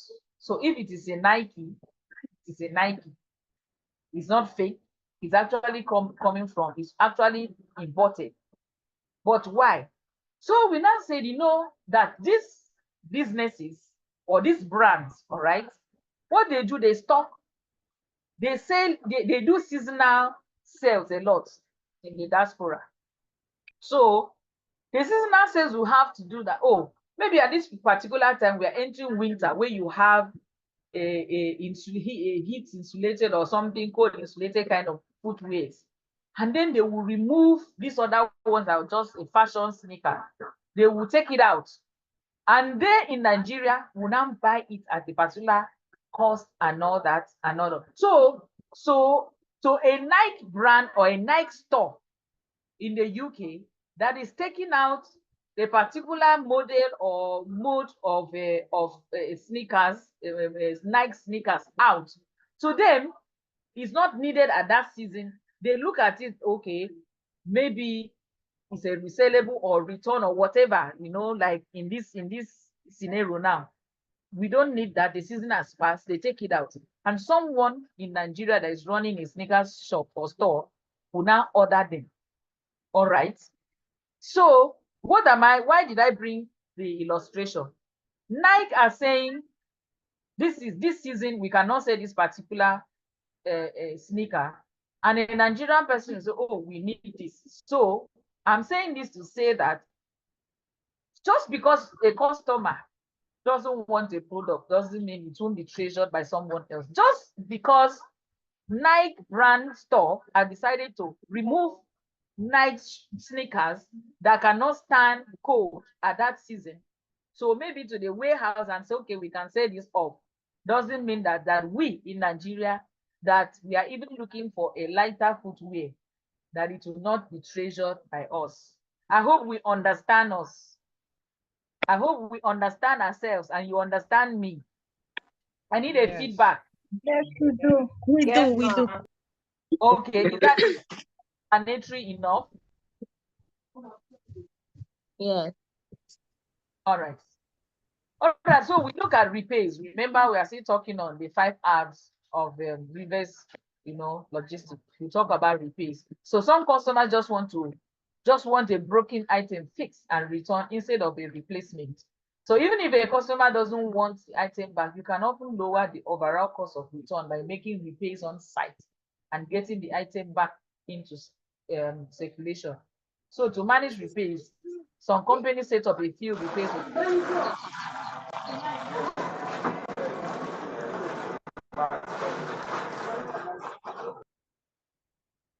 Traction. So to manage repair, some companies set up a field repair operation center where product can quickly, Samsung in Nigeria, they repay. You take it, what happened? It's okay, come back tomorrow and take it. That's the holistic example, the one I know in Nigeria and all that. Samsung does that. You see, they call their servicing center and all that. So if and take into consideration that they would have stated some part of those goods or items that that you can change without paying again, and they would have put it in the warranty form for you to know. Like Samsung will say, if it is screen, we cannot fix it. If it is this, so you need to know all those things. So we talk about replacement. Some consumers just want the same product but a different version. I have not once, oftentimes we pick a product, we like, oh, I don't like this one. Even the container, it looks old, they change it for you and all that. So there must be, need for replacement and then recycling and disposal. So consumers are more interested in making sustainable choices and they are letting their wallet speak for them. So companies are listening by making sustainability a higher priority. So according to research by McKinsey, 1 in 4 customers say they are focusing more on environmental issues and will pay attention to this when shopping. People consumers that pay attention to recycling and disposal are those ones with high pockets. It's their pocket that is talking. Because someone that is just like, just a not a heavy user, or someone that just in need of this product and you just want to manage it, will not go and talk. It's okay, since you don't want to collect it from, okay, let me just see what I can use it for, and and all that. So recycling and disposal. By this, we have talked about the 5 R's of reverse logistics. So we talk about sustainability logistics. What do we mean by this? So corporate sustainability is interconnected with the global aspiration, trade movement, and use of natural resources and goods. So in recent years, much attention has been, tightly focused on innovation to advance the development of more sustainable production and use of consumer products and goods. However, a growing area of research and application is focused on the post-consumer use of products and goods to advance sustainability and the transition to more circular market. This is self-explanatory. Like we have the bottle, the plastics all over Lagos State. I don't know how many of us are staying in Lagos and all that, or if you have the experience.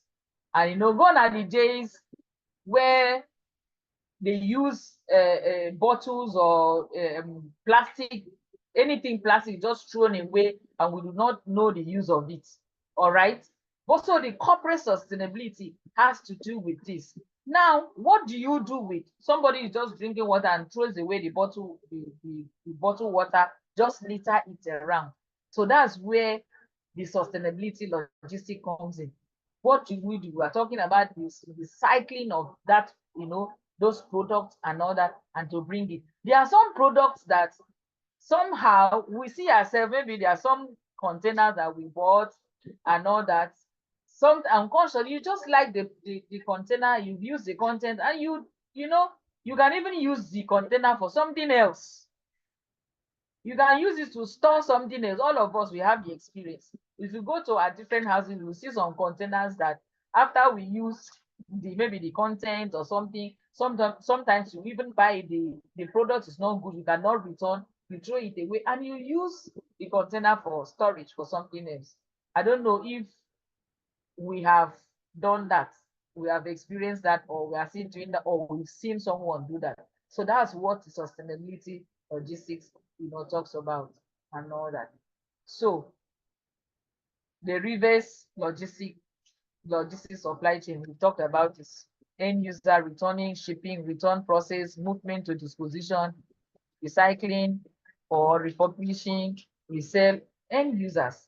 And it goes back this way. Reverse itself is self-explanatory, according to as you see the arrows going and all that. So when is reverse logistic used? It is used when goods move from their destination back through the supply chain to the seller and potentially back to the suppliers. I have said this before, so we move on. So forward and reverse logistic processes. Forward, as with the word, you understand what it means.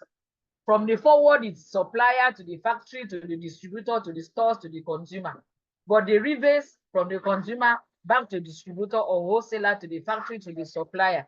Self-explanatory. All right. So how reverse logistics works? Reverse logistics moves goods from the traditional end point of the supply chain at least one step backward. So this process can involve various plans and controls. Yes, you don't just do that. They are plans, they are controls. All right. So some companies prefer to outsource this work,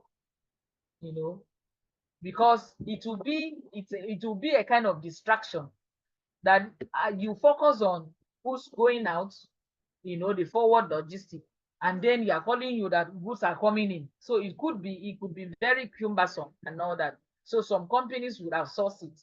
They have a particular, another company, another business that is in charge of that. If you are returning our goods, return through this route and all that. So reverse logistic process. The reverse logistic process involves managing returns and buying surplus goods and materials. All right. The process is also responsible for dealing with any leases or refurbishment. So reverse logistics vary across different industries, and there are different economic incentives for improving reverse logistics management. All right. So 5 steps to good reverse logistics. Process the return. All right. Process the return. These steps should include return authorization. Of course, we know you authorize it that, oh, I'm to return it and all that, and it's taken. The company is okay, we are ready, they are readily waiting, expecting the return. Deal with returns. Only a return product arrives at your location or centralized processing unit. Inspect it and determine its return category. Inspect it and determine its return policy. I would say policy. All right. And also see to return category. These products, is it under a return category? Are they products that return is allowed or not? All right. So sort product into the disposition options. Fix resell as well. Resell as a return, recycle, scrap, or refurbish.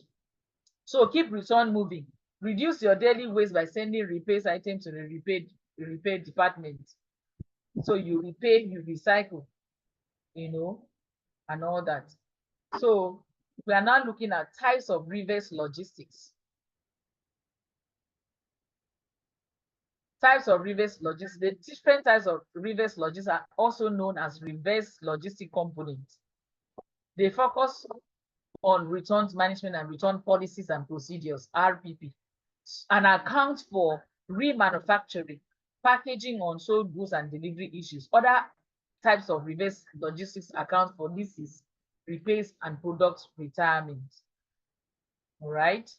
So reverse logistic components, returns management, return policy and procedures. We talked about this.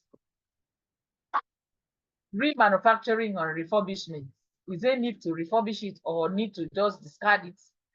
Packaging management. This type of reverse logistics focuses on reuse of packaging material to reduce waste and disposal. There are products that actually the content are still okay, but it's just the packaging. So at that point, to just see, oh, is this product, is it just the packaging that needs to, to change, do that.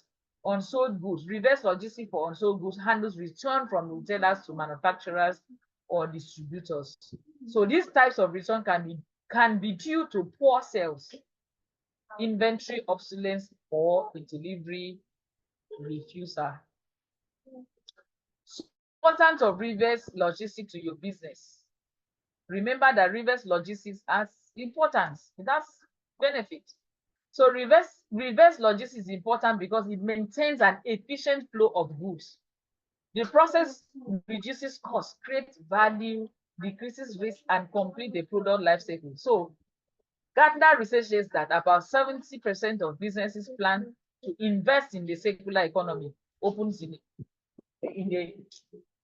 invest in the circular economy. All right. So we look at the reverse logistics cycle. The industry, the distributor, the retail, the end user, the collection, and the recycling. All right. So this is the reverse logistics cycle. This is how it flows. The diagram illustrates that. So how does reverse logistics create a value? They create value by turning waste into sales and builds customer trust. If you refuse repairs, if you refuse exchanges, if you refuse returns, what are you trying to do? Customers will change, they will change their base. They will change their base and all that. So in addition, effective reverse logistics keeps down any storage and distribution costs, all right, and all that. So we look at the benefit of optimized reverse psychology and logistics and the challenges of reverse logistics. All right. So we see the challenges of reverse logistics, that the flow must be bi-directional. You know what bi means, both ways. Both ways. So the seven strategies to optimize reverse logistics. I don't know why I'm using psychology. So to optimize reverse logistics, companies need cohesive strategies that account for speed. All right. You cannot talk about optimization of reverse logistics without taking an account for speed, efficiency, and cost. So when taking action, consider policies, partners, data, capacity, logistics, and transportation. So the 7 strategic ways to optimize reverse logistics are: evaluate relevant policies and agreements. I have said that before. This is just, recapping. Collaborate with suppliers. Collaborate with suppliers. You use data to optimize processes. You track products forward and backwards. All right. You make sure that it doesn't stay at one point for too long. You centralize return centers. Make it centralized so that it won't take too long before the product is, getting to the, to the return center. And then examine logistics and transportation. All right. Then automate. Always use cloud-based logistics software to help streamline operation. Just as when you are sending out, coming in should also be automated so that you know at every point where the product has gotten to. All right. So how does reverse logistics impact supply chain management? how does it affect? Reverse logistics provide another critical opportunity for supply chain optimization. So supply chain management account for the reverse and forward flow of goods. Self-explanatory. The reverse supply chain is the backward movement of goods. Backward movement. We know that. So this includes planning and implementing strategies to reduce costs and losses related to return and to build a better return experience. Said that already.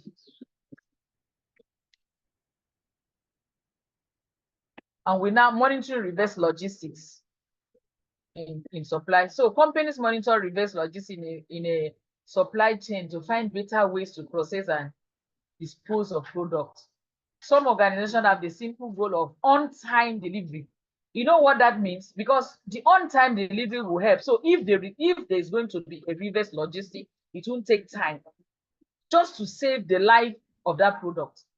So the 5 keys reverse logistics supply chain matrix to monitor and confirm. Number 1 is volume. When we talk of volume, it's the number in numbers, the volume of product returned and subsequently resold, reused, and recycled is a top metric used to track reverse. So you know if you are returning too much, you go back to your drawing board and see the cost of that. So percent of cost is also very important.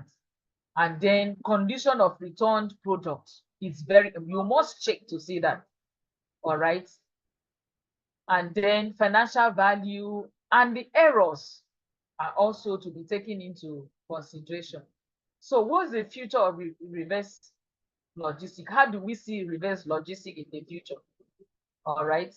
So especially in e-commerce and increasing in the retail industry, the volume of returns is increasing. So companies can use reverse logistics to integrate all parts of the return processes. So managing your reverse logistics is essential for the bottom line and reputation of your company.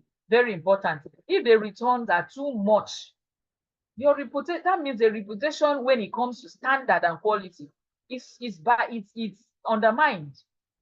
It shows that something is going wrong.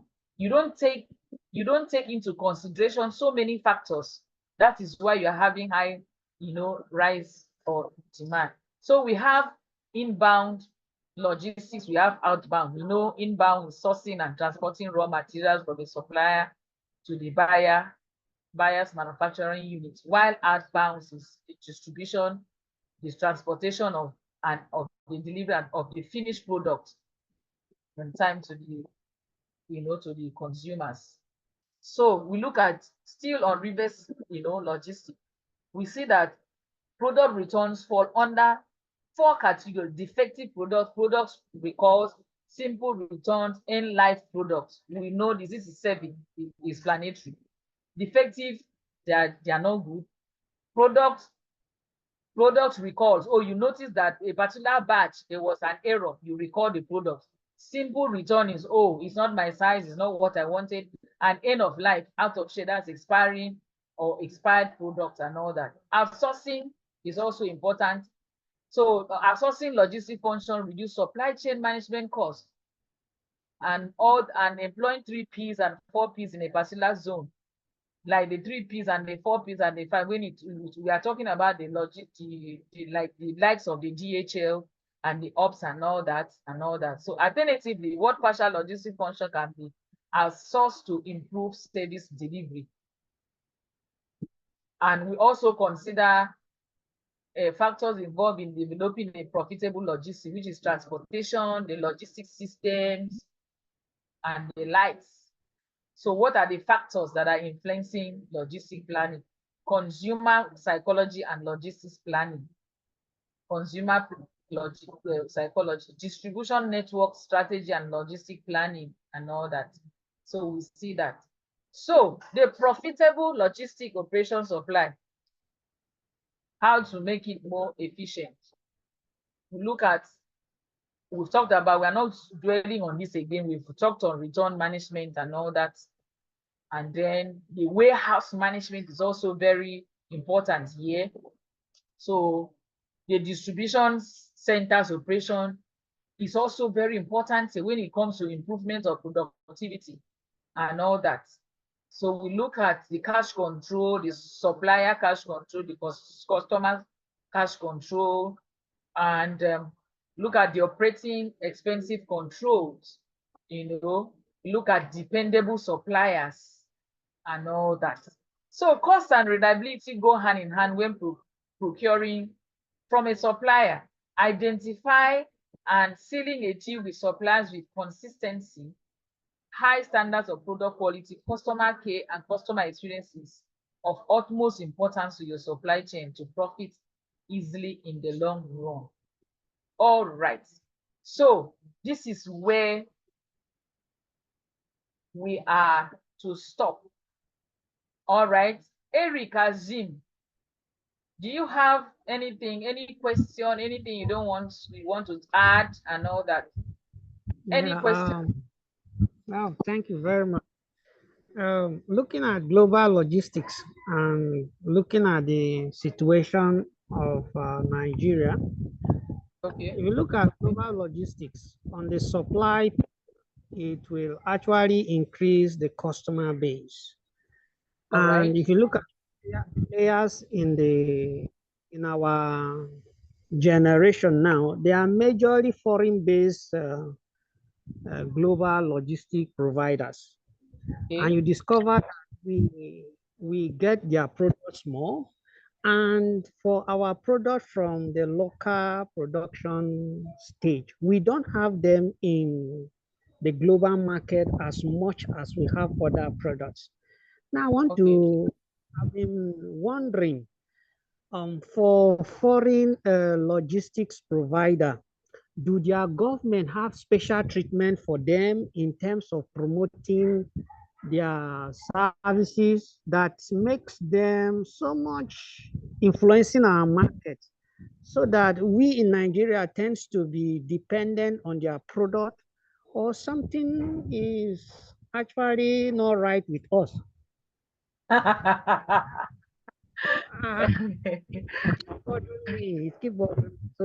I think I just want to share it here. What can we do? I like the question. I like the questions. That means you're thinking deep. Okay. So, we undermine so many factors in Nigeria. We cut corners, let me put it that way. We cut corners when it comes to quality, when it comes to standard. You see people that have money and they know you can just come and like, okay, I want this thing to just fly. I want this thing to just fly. Money will pass back. And the low or substandard, product will just pass and all that. All right. Imagine someone, a dealer, or maybe it happens mostly in electrical, ways and all that, where someone will go to China. China produces for America, they produce for UK, and when it comes to Nigeria you see substandard, you see low quality. All right. So they would say, just do this. So what am I saying? We undermined so many factors when it comes to standard and quality in Nigeria. But you see, I've had experience where I went to Ghana. All right. And at the border, someone was actually going in. We were going from Nigeria to Ghana. And they stopped the custom, is it the immigration or whatever? They stopped the woman that was carrying Nigerian wax. They said they don't want it in their country. All right. So I was asking, Nigerian wax that is our best, one of the best and all that, who is Ghana, was really angry that day. So I now see that as a country, we need to regulate these policies. We need to see into standard. We need to see into quality. We don't need to undermine this standard. We don't need to undermine, and we need to put in workable policies, all right, that will help us to have international appearance or visibility. Because you will see products that are coming out with the prescription and that on that product. They will tell you this product is good for cough. and it will actually work for cough. You take it, it works, the cough is gone. And then we'll just see our local pharmaceutical companies, they just do, you would have taken that cough syrup, maybe 7 days, nothing. You will have to change it to another one. So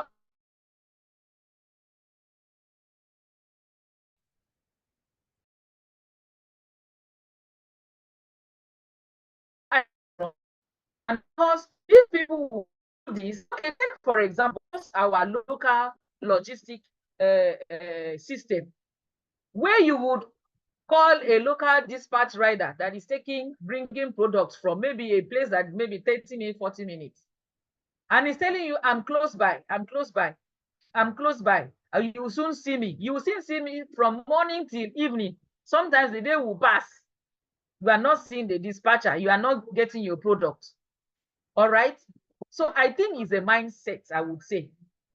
And then the mindset of the people that are operating businesses, and then the governments are not having strict policies, and there's no strict penalties also, and all that. I think to me that would be that. So I don't know if any other person have a counter opinion, or you have something else to add. It has to do with regulation from the government itself, and the system, and everybody, and the mindset of the people that are working in the system too. That's what I see.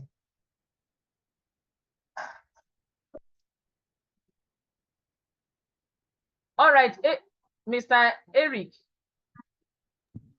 you have another question? No, I still want to chip into that. Okay. Adding to mindset, I think the world sees us as consumers and not as producers. Of producers. Yes, that's one of the things I look at. They see us as if you look at the way the world is structured, they look at Nigeria as a potential market. Yes, a consumer market. So when they are coming in, if we want to push in for a product that the outside world, let me use the word developed world, is producing, by all means, like out. And our government, like you said, they are not doing us well. So I think most of them end up selling us off for them to get this product in.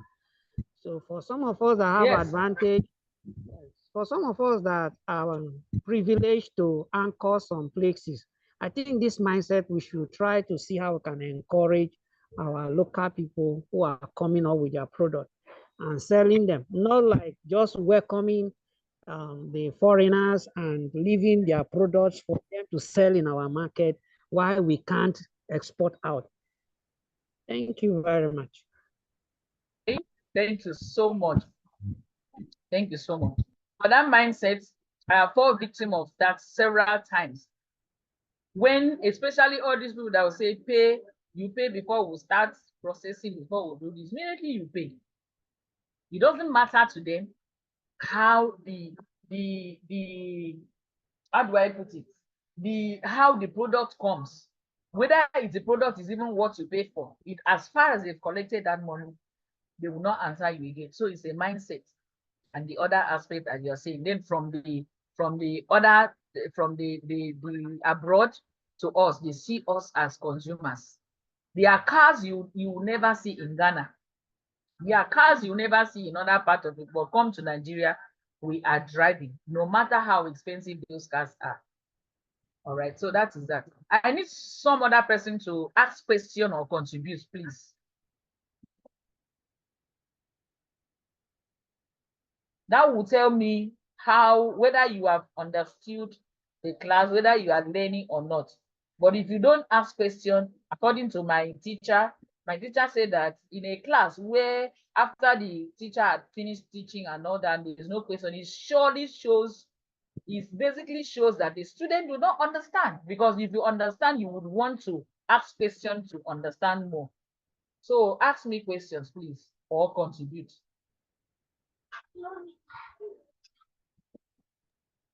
Hi, good evening.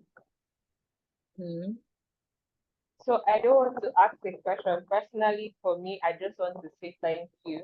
Learning about global logistics and reverse logistics extensively, I have seen that I knew just very little about this.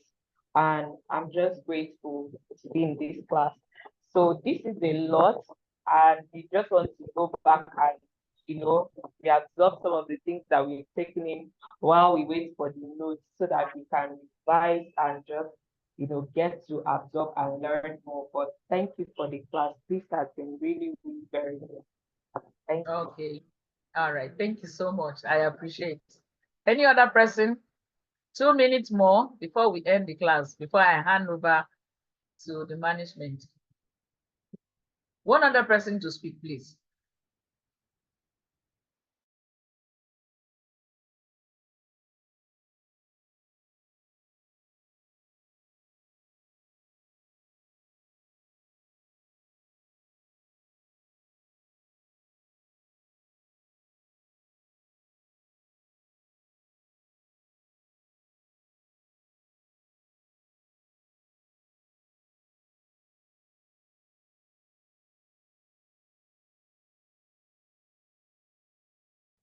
Oh, thank you so much.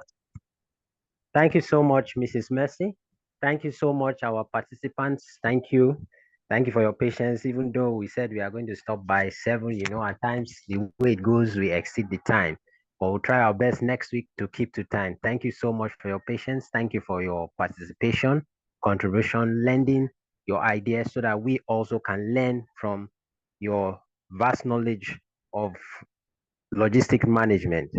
Hope to see you next Saturday. Have a lovely night rest and a blessed week ahead. Good night, everyone.